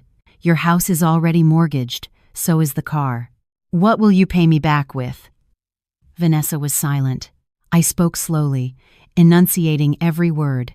Vanessa, listen to me. I can save Tyler this one time, but I can't save your lives. She looked up, her eyes desperate. But if you don't save him this time, he'll really die. That pierced my heart. My voice dropped. Do you think I have no compassion? But let me ask you one question.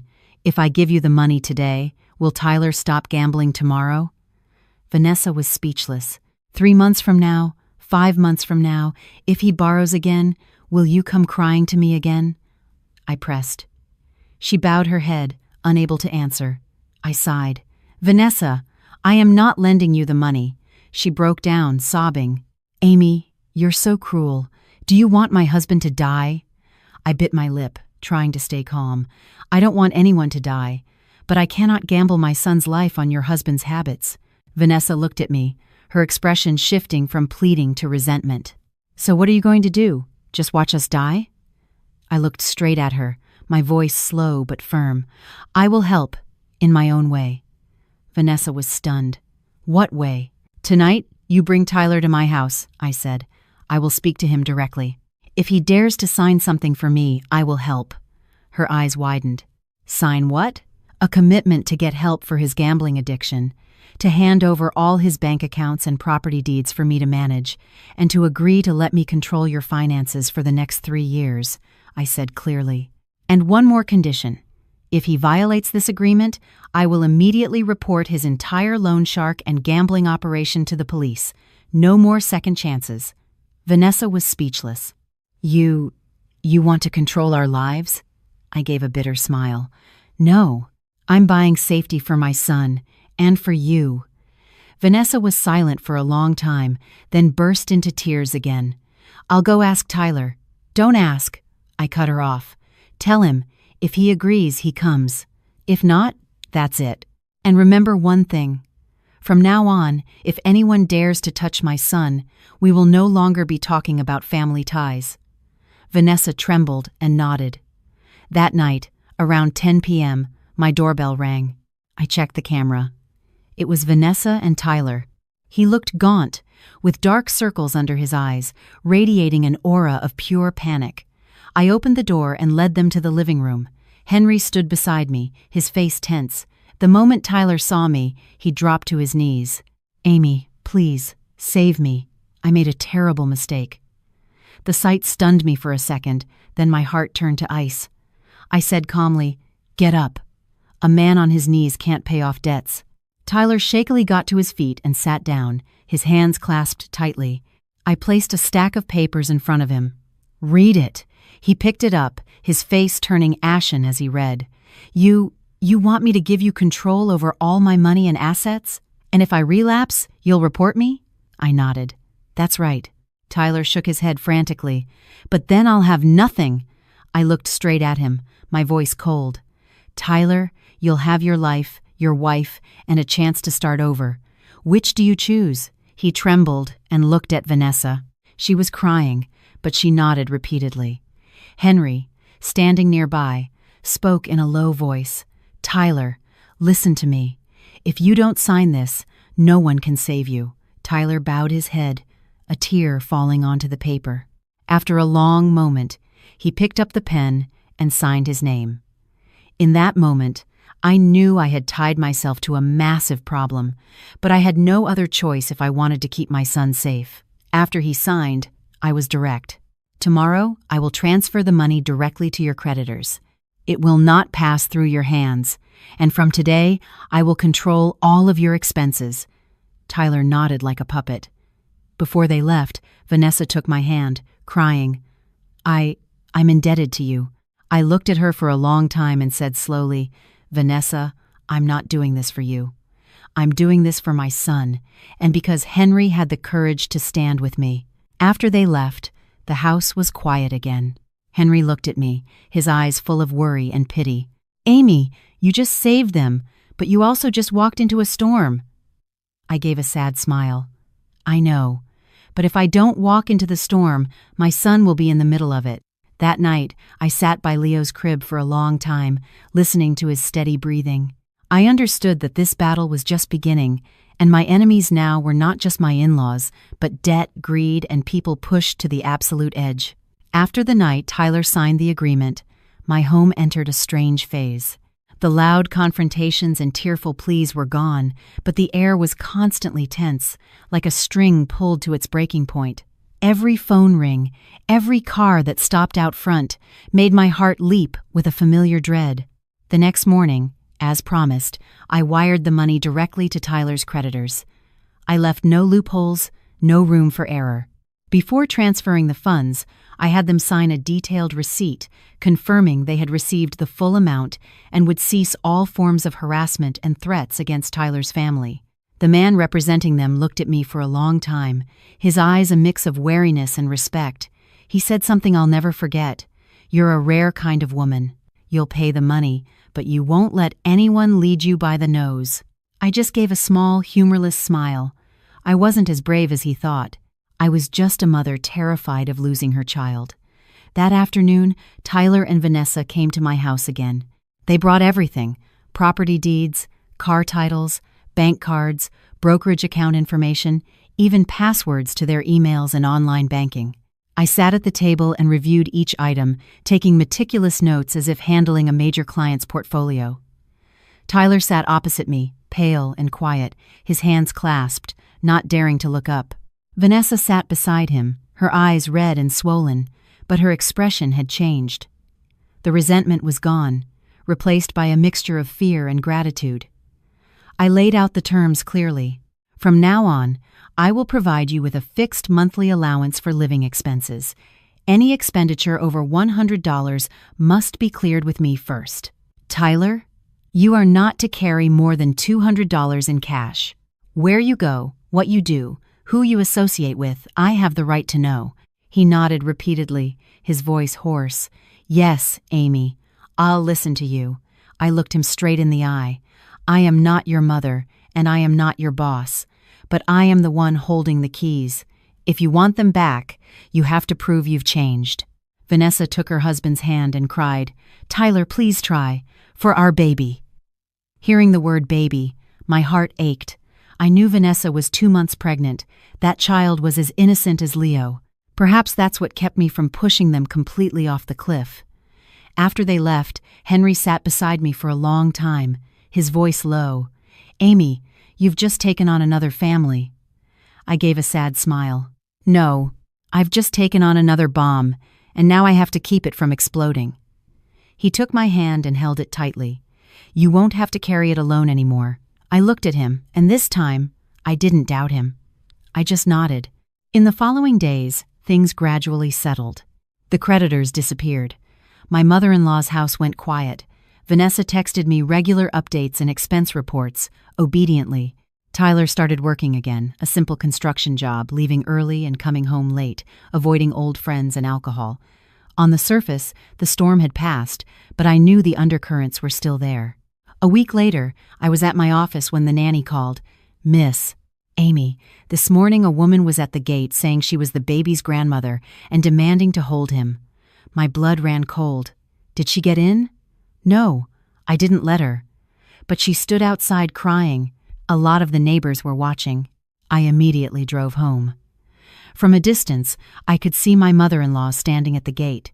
Her hair was messy, her face was gaunt, and she was clutching a bag of toys, murmuring her grandson's name. Neighbors watched from their porches, whispering. The sight pained me. No matter what, she was my son's grandmother. I opened the gate. Mom, please come in. She looked at me, tears streaming down her face.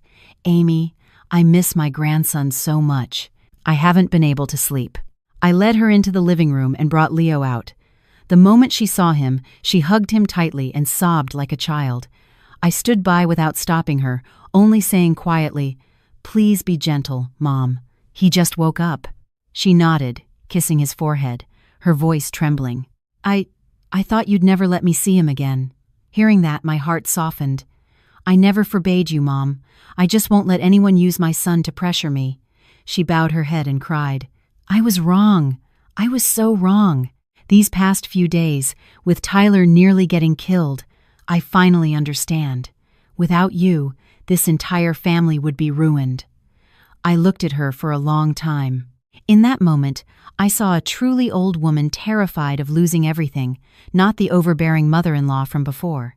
"I don't want the family to fall apart," I said quietly, "but I also don't want my son to live in fear." She nodded repeatedly. "I understand. I won't dare pressure you anymore. I just ask that you let me visit my grandson." I nodded. "Of course. You can come whenever you like. But please, don't talk about money or Tyler and Vanessa's debts in front of him." She nodded, tears falling. "I promise." She stayed until the afternoon, holding Leo, speaking to him in soft tones, a world away from her former self. As she was leaving, she held my hand for a long time. "Amy, I owe you so much." I just gave a sad smile. "It's in the past now." But in my heart, I knew her change wasn't entirely out of love for me, but from the fear of losing her grandson and her last remaining support system. A few days later, another crisis erupted.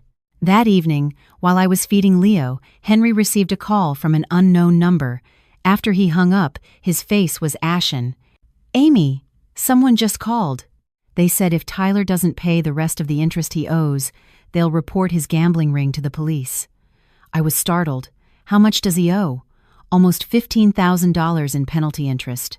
I closed my eyes. The storm wasn't over. I immediately called Tyler. He confessed, trembling. "Yes, they're demanding more." They said it was an off-the-books amount. I gripped the phone, so angry my voice turned to ice. "Tyler, you lied to me. I was afraid you wouldn't help me anymore." That admission made my anger flare. "Listen to me carefully. I helped you once because you signed an agreement, but you lied to me, which means you are digging your own grave again." Tyler started sobbing. "Amy, please, help me one last time. I swear I'll quit for good." I was silent for a long time. $15,000 wasn't a huge sum for me, but what was terrifying wasn't the money, but the dishonesty. I turned to Henry and said slowly, "You see, when people get used to leaning on others, they forget how to stand on their own." Henry bowed his head, speechless. Finally, I made a decision. "Fine, I will pay it this time. But from today, Tyler, you are not allowed to live with Vanessa for the next 6 months." Tyler was stunned. "Amy, you're kicking me out?" "Not kicking you out. It's the only way for you to break away from your old environment," I said, my voice firm. You will go to the countryside and stay with your uncle. You will work on his construction crew. 6 months with no cash, no smartphone, and no old friends. If you can do that, I will continue to honor my side of the deal." Vanessa burst into tears. "Amy, we're newlyweds. I'm pregnant." I looked at her, my heart aching but my voice firm. "It's precisely because you're having a child that I'm doing this. Otherwise, you two will be destroyed by debt before your baby is even born." In the end, they agreed.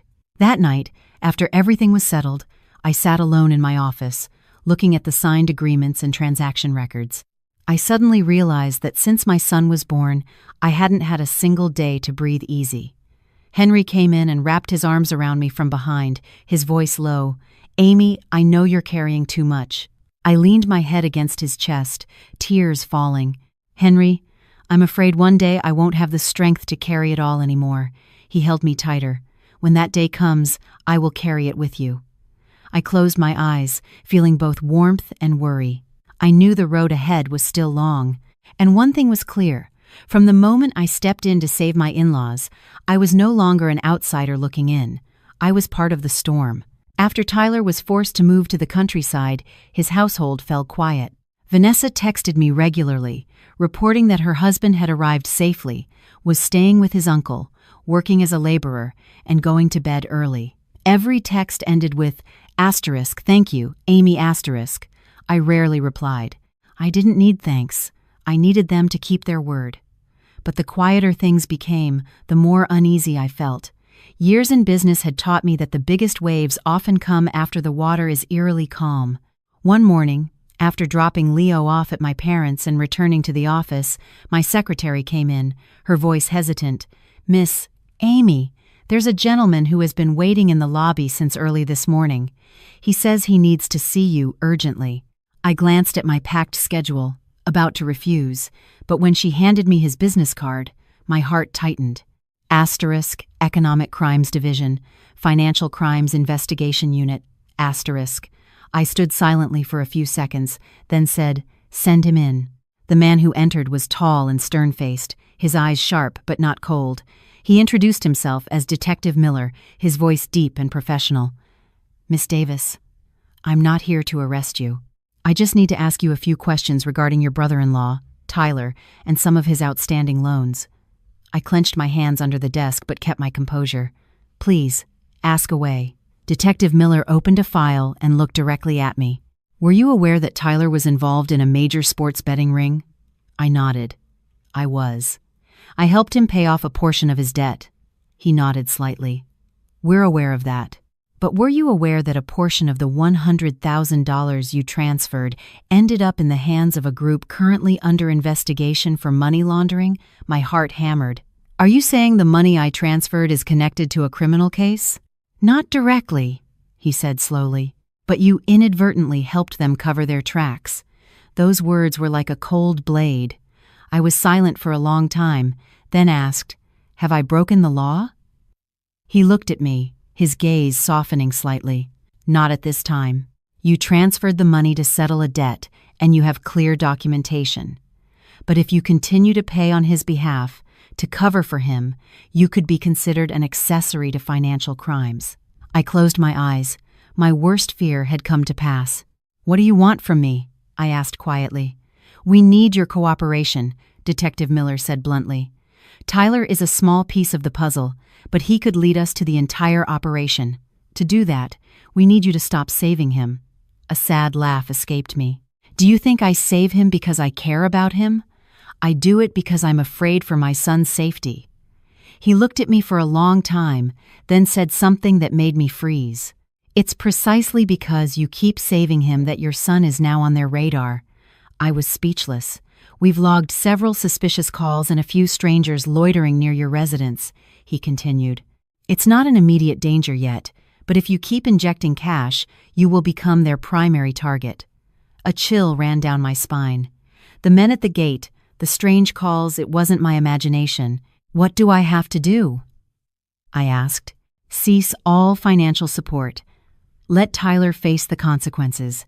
And if you're willing, provide us with all the signed agreements, transfer histories, and contact information for both him and Vanessa." I was silent for a long time. My mind flashed with images: Vanessa, pregnant and crying; Tyler, kneeling before me; my mother-in-law, holding her grandson with tears in her eyes. I had waded too deep into their lives. "If I cooperate," I asked slowly, "will Tyler be arrested?" Detective Miller nodded slightly. "It's highly likely, but his sentence could be reduced if he cooperates fully." I took a deep breath. "Give me a day to think about it." He nodded. "I'll wait for your answer. But remember, Miss Davis, the longer you delay, the more dangerous it becomes for your family." After he left, I sat in my office for a long time. Outside my window, the city bustled on, but my world felt like it was about to collapse. That afternoon, I didn't go straight home. I drove around the city for hours, aimlessly, just trying to escape the thoughts strangling me. Eventually, I found myself parked in front of my parents' house. My mother was on the porch, holding Leo. She was surprised to see me. "Amy, why are you home so early?" I took my son in my arms and kissed his cheek, my heart heavy. "Mom, if something ever happens to me, will you help take care of him?" My mother stared at me. "What are you talking about? What happened?" I shook my head, forcing a smile.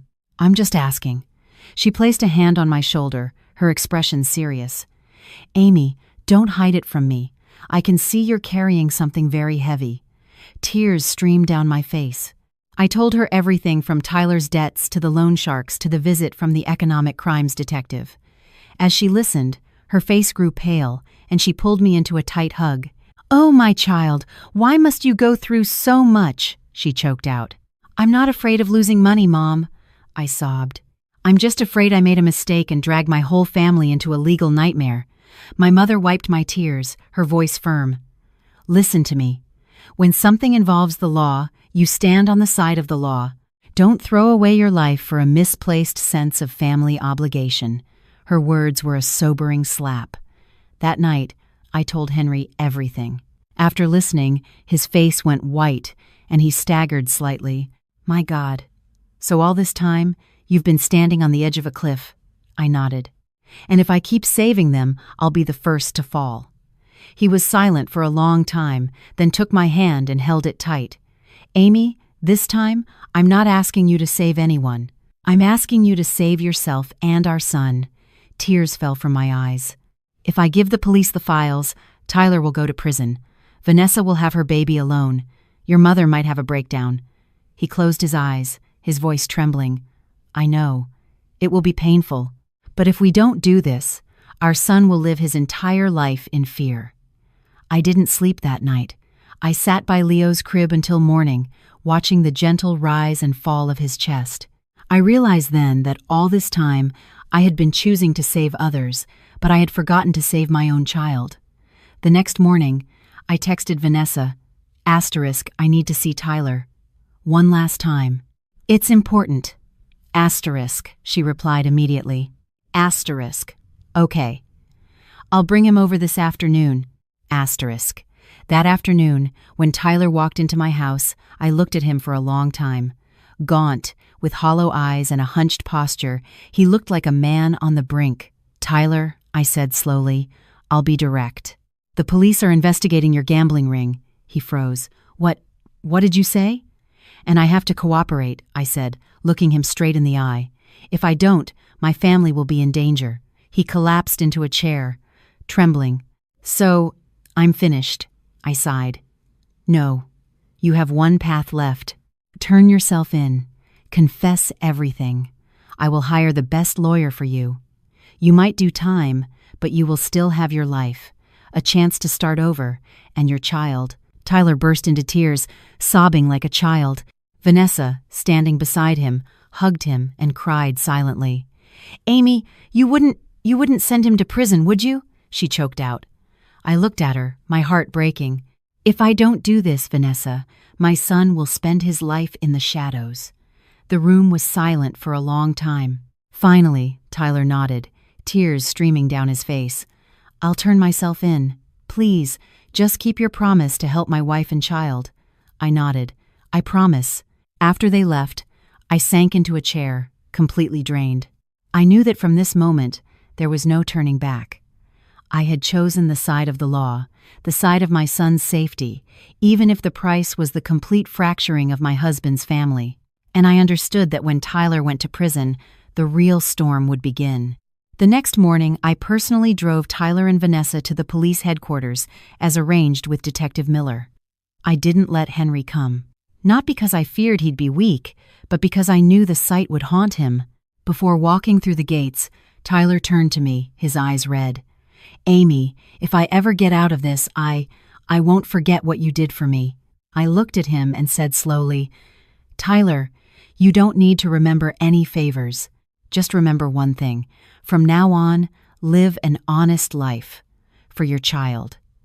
He nodded, tears falling, then turned and walked inside. Vanessa, clutching her stomach, followed him, trembling, without looking back. The iron gate clanged shut behind them, the sound as final as the closing of a chapter on a man's life. In that moment, I felt no triumph, no relief, only a strange emptiness. I knew my in-laws were about to enter a dark period, and I would become the person they hated most. And I was right. That afternoon, my mother-in-law called, her voice shaking with cold fury. "Amy, what have you done to Tyler?" I paused, then replied, "I let Tyler take responsibility for his own actions." A wail erupted on the other end. You're so cruel. You've pushed this entire family off a cliff." I closed my eyes, my voice low. "Mom, I didn't push anyone. I just refused to let them drag me and my grandson down with them. I'm an old woman. I can't survive this," she sobbed. That line had once softened me, but today it had no effect.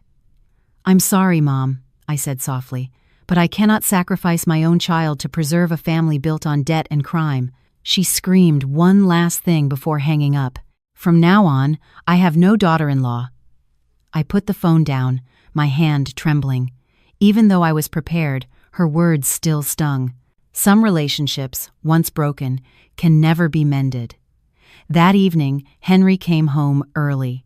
He walked in and wrapped me in a hug, saying nothing, just holding me tight. I knew he had heard the news.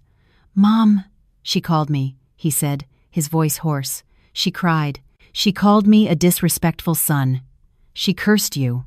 She said from now on, she considers me a stranger." I leaned my head against his chest, tears falling silently. "Do you regret it?" He was quiet for a long time, then shook his head. "It hurts, but I don't regret it. If we hadn't done this, our son would have lived his life in debt and fear." Hearing that, I hugged him tighter. I understood that from this moment on, he had truly chosen our little family. In the following days, events moved quickly.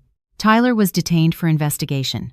The betting ring was larger than anticipated, implicating several well-known local businessmen. The news reported on it, but my name was kept out, thanks to the discretion of the investigators and the lawyer I hired. Vanessa was released on bail due to her pregnancy, but was a nervous wreck. She sent me long, rambling texts, sometimes blaming me, sometimes apologizing, sometimes begging for help. I read them, but replied only once. Asterisk. "Take care of yourself and the baby." Asterisk. My mother-in-law stopped all contact. She forbade Henry from bringing Leo to visit. He asked several times, but she always refused him coldly. I saw the sadness in his eyes but didn't press him. Some wounds need time to heal, or they never do. A month passed. Life slowly returned to a new normal. The creditors were gone. The strangers disappeared. Leo was growing fast, starting to babble his first sounds. Every time he laughed, I felt I had made the right choice. But a quiet anxiety lingered. Tyler's trial was approaching. A week before the trial, my mother-in-law showed up at my house unexpectedly. She came alone. She was thinner, her hair streaked with more gray. The moment she saw me, she burst into tears. "Amy, I'm begging you. Just this once. Talk to the police. Ask them to be lenient with him. He has a child on the way." I stood there, stunned. I had imagined this scene many times, but its reality was still a blow to the heart. "Mom," I said softly, "that's not something I can control. "You can," she cried. "If you hadn't reported him, he wouldn't be in jail. You saved him once. Why can't you save him completely?" I looked at her. In that moment, I saw a truly desperate mother. But I also saw that in her desperation, there was no thought for me, only for her son-in-law and her other grandchild. "Mom," I said slowly, "if I hadn't reported him that day, the person being arrested might have been me, or Henry, or all of us." She froze. "I cannot, for the sake of one person who made bad choices, put my entire family at risk," I continued, my voice shaking but clear. "I'm asking you, please don't ask me to break the law." She collapsed into a chair, sobbing like never before. "Then this family is truly finished." I sat down beside her and gently placed a hand on her shoulder. "No, Mom, it's not. Tyler is alive. He has a child. He has a chance to start over." She looked at me, her eyes filled with a mixture of resentment and helplessness.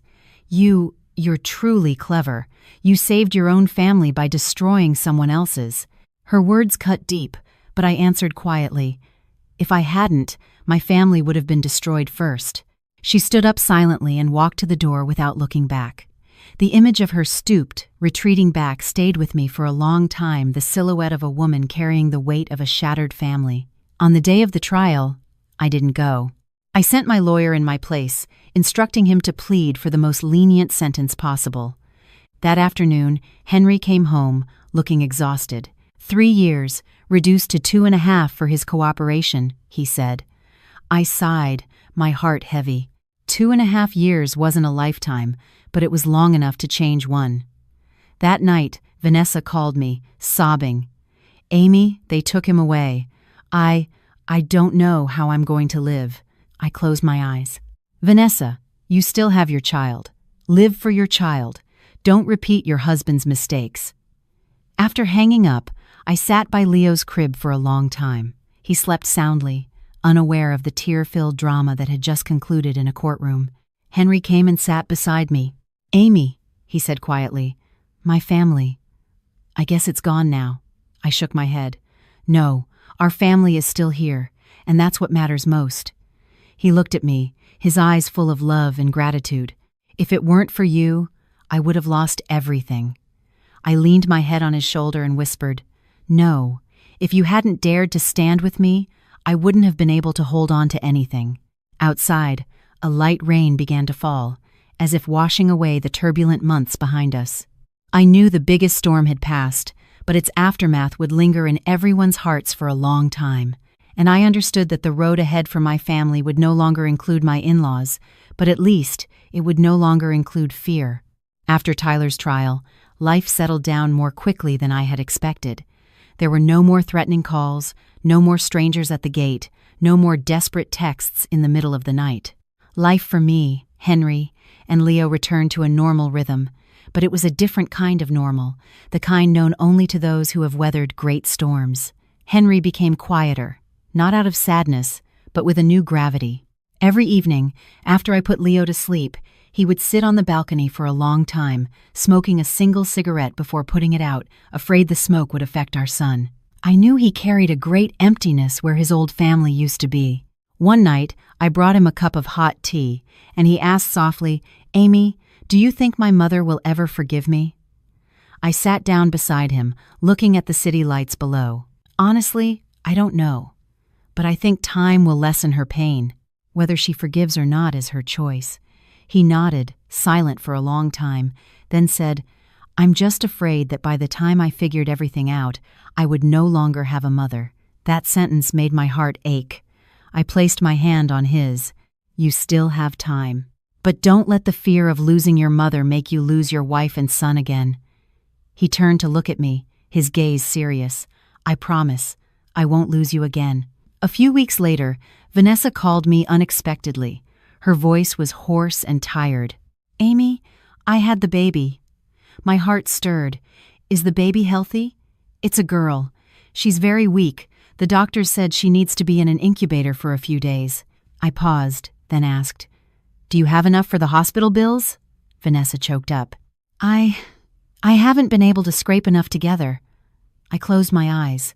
I pictured Tyler in prison, Vanessa crying in front of me, My mother-in-law stooped back as she walked away. I understood their story hadn't ended with a 2.5-year sentence. "What's the hospital's address?" I asked. Vanessa was stunned. "Amy, are you saving us again?" I replied slowly. "I'm not saving Tyler. I can't turn my back on a newborn child." That afternoon, I went to the hospital. Vanessa lay in bed, gaunt and pale.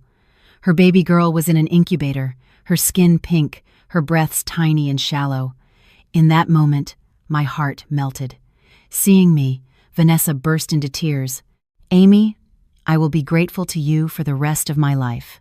I placed an envelope with the hospital fees on her table and said gently, "Vanessa, I'm helping you this time not because of our past connection, but because I'm a mother too." She nodded, crying uncontrollably. Before I left, I made it clear, from now on, I will only help you and your daughter within my means and within the law. I am not shielding anyone anymore. She nodded repeatedly. I told Henry that night. He was silent for a long time, then said, "Amy, you are too kind." I gave a sad smile. "No, I just don't want our son to grow up and ask me why his mother once saw a child in need and turned away." After the baby was born, my mother-in-law started contacting Henry again, but only to talk about her new granddaughter. She never mentioned me or asked about Leo. I could see the deep sadness in Henry's eyes after each call. One day, he told me, "Amy, my mother wants to see me alone." I nodded slightly. "You should go. I won't stop you." He came home very late that night, his eyes red. I didn't press him, just poured him a glass of water and waited. After a long while, he finally spoke.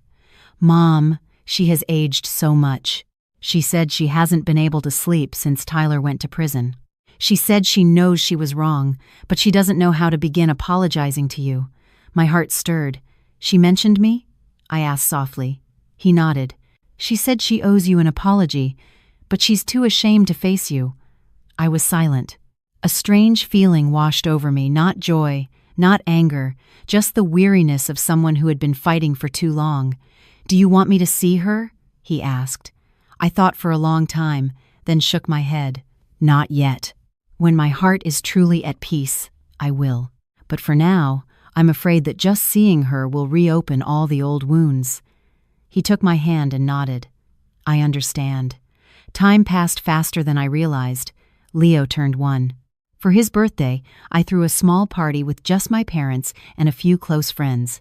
No in-laws, no Vanessa, no mother-in-law, but the house was filled with laughter and love. My father held Leo and smiled. "This one is destined for great things." My mother whispered to me, "Look around you, dear. You held your family together." I looked at my son, and a lump formed in my throat. It was true. After everything, what I had managed to keep wasn't money or reputation, but a peaceful home for my child. One evening, as I was putting Leo to sleep, Henry's phone rang. He answered, and his face changed. "Amy, Mom's in the hospital." My heart stopped. "What happened?" "She had a heart attack. She's in the emergency room." I stood frozen for a second. All the resentment, all the hurt, vanished like smoke. "Go to her. Now," I said. "I'll stay with Leo." He looked at me, hesitating. "You're not coming with me?" I shook my head. "Not yet. But you need to be with her. She needs you." He nodded and rushed out. I barely slept that night, not out of fear, but because something inside me was slowly, quietly changing. I was letting go. The next morning, Henry called, his voice lighter. "She's out of critical condition." I sighed in relief. "That's good." He was quiet for a moment, then said, "When she woke up, the first person she asked about was Leo." My heart trembled. She said she wants to see her grandson one last time before she dies." That sentence left me sitting in silence for a very long time. That night, I thought about the party she had skipped, her cruel words, the months she had pushed me to my breaking point. But I also thought of an old woman who had just survived a brush with death, lying alone in a hospital bed, filled with regret. Finally, I told Henry, "Tomorrow, you can take our son to see her." He was stunned. You really mean it?" I nodded, my voice slow. "I'm not doing it for her. I'm doing it for you and for our son. I don't want him to grow up hearing that his mother once kept him from his grandmother." The next day, for the first time in a very long time, I carried Leo into the hospital room where my mother-in-law lay. She was much thinner, her hair almost completely white. The moment she saw her grandson, her eyes filled with tears. My boy." I stood by silently as she took him, her hands trembling, tears falling onto his cheek. After a long moment, she looked at me, her voice weak. Amy, I'm sorry," just 2 words. But I knew how much pride she had to swallow to say them. I bowed my head, my voice quiet. "It's in the past now, Mom," she cried, weeping as if releasing a lifetime of mistakes. In that moment, my heart was no longer filled with anger, only a strange lightness. The lightness of someone who had finally decided not to carry a grudge for the rest of her life. On the way home, Henry held my hand, his own hand shaking. "Amy, thank you. If it weren't for you, I would have lost both my mother and my wife." I leaned my head on his shoulder and whispered, "A family isn't a place where there are no mistakes. It's a place where people are willing to forgive each other once the pain is great enough." But I also knew this wasn't the end. There was still Tyler in prison, Vanessa raising a child alone, and my mother-in-law carrying the weight of her regret. And most importantly, there was the future of my own little family. After everything that had happened, after that hospital visit, a sense of peace settled over me, one I hadn't felt in years.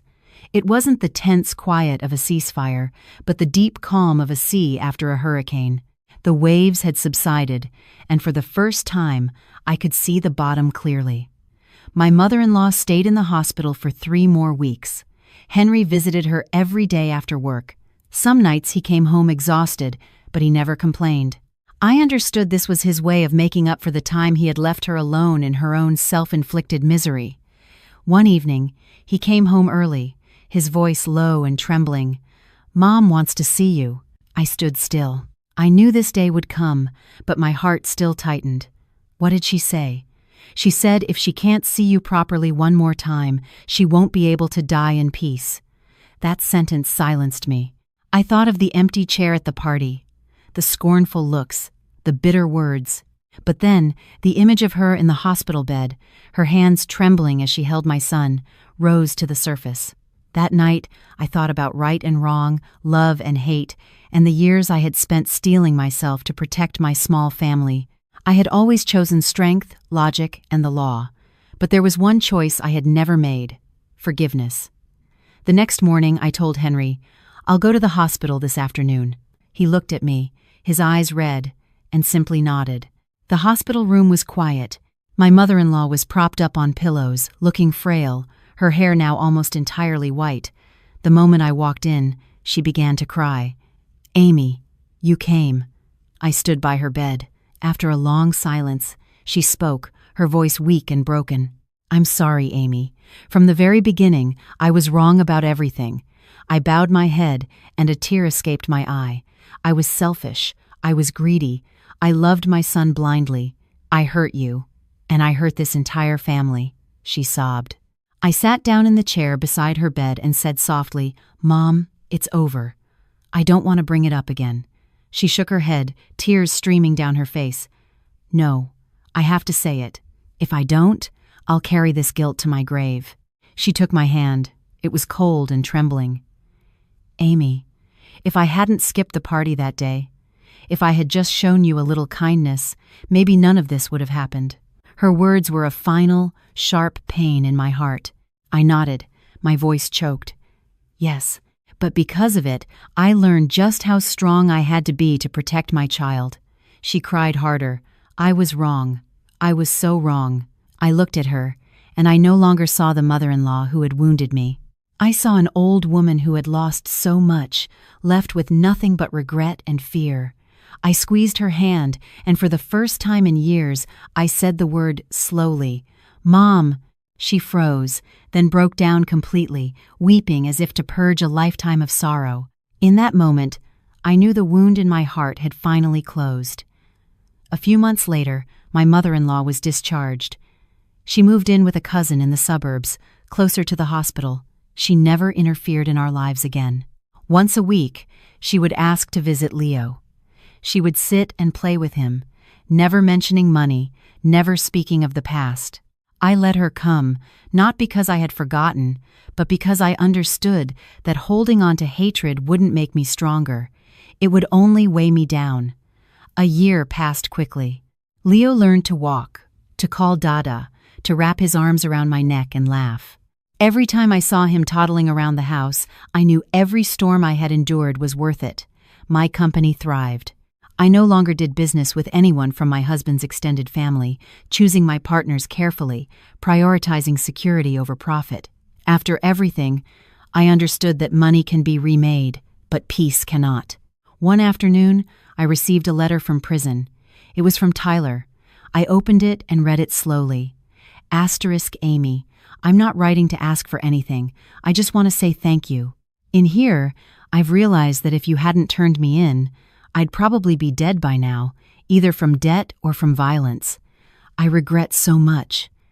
Every night, I think about my daughter. I swear, the day I get out, I will start over. If you still hate me, I accept it. But please, check in on my wife and child sometimes. I am forever in your debt. Asterisk, I folded the letter, a weight lifting from my soul. Some people have to hit rock bottom to learn how to be human. I sent Vanessa a short text. Asterisk, Tyler is doing okay. Focus on raising your daughter. Asterisk, she replied instantly. Asterisk, thank you, Amy. I will never forget. Asterisk. 3 years later, on the day of Tyler's release, I didn't go. But I asked Henry to take Vanessa and their daughter to the prison gates. When he returned, he told me Tyler was thinner, quieter, his eyes completely changed. He had bowed his head and thanked Henry, saying he would never have the courage to look me in the eye again. I just nodded. For me, the past was closed. One evening, after Leo was asleep, Henry and I sat on the balcony, watching the city light up. The breeze was cool and peaceful. He suddenly asked, Amy, if you could go back, would you regret marrying me? I looked at him for a long time, then shook my head. No, if I hadn't walked that path, I wouldn't be the woman I am today, and you wouldn't be the man you are now. He smiled sadly. I owe you my life. I took his hand and shook my head gently. We don't owe each other anything. We were just lucky enough not to let go of each other during the hardest time. From inside, Leo stirred and called out softly, Mama. I stood up and went to his room. Looking at him, sleeping soundly, his face rosy, his arms wrapped around a small teddy bear, my heart filled with a profound, heavy happiness. I realized something simple. Family isn't a place where there are no mistakes. Family is a place where, after all the mistakes, people still have enough love left to come back home. Years ago, I stood alone in a ballroom, holding my son, enduring the pity of others. Tonight, I sat in my warm house with my husband and my child, surrounded by a peace I had fought so hard to win. I wasn't richer or more powerful, but I had something many people search for their whole lives, a family that learned to cherish each other after nearly losing each other forever. Outside, the moon rose slowly, its light soft and gentle. I pulled the blanket over my son, kissed his forehead, and whispered, Honey, sometimes in life, you have to be as hard as a rock to protect what you love most. But in the end, it's best to be as soft as water, so your own heart can find peace. And I knew that the journey for me, for Henry, for our little family, would have no more great storms. There would only be ordinary days. And it is in those ordinary days that we find the greatest happiness of all.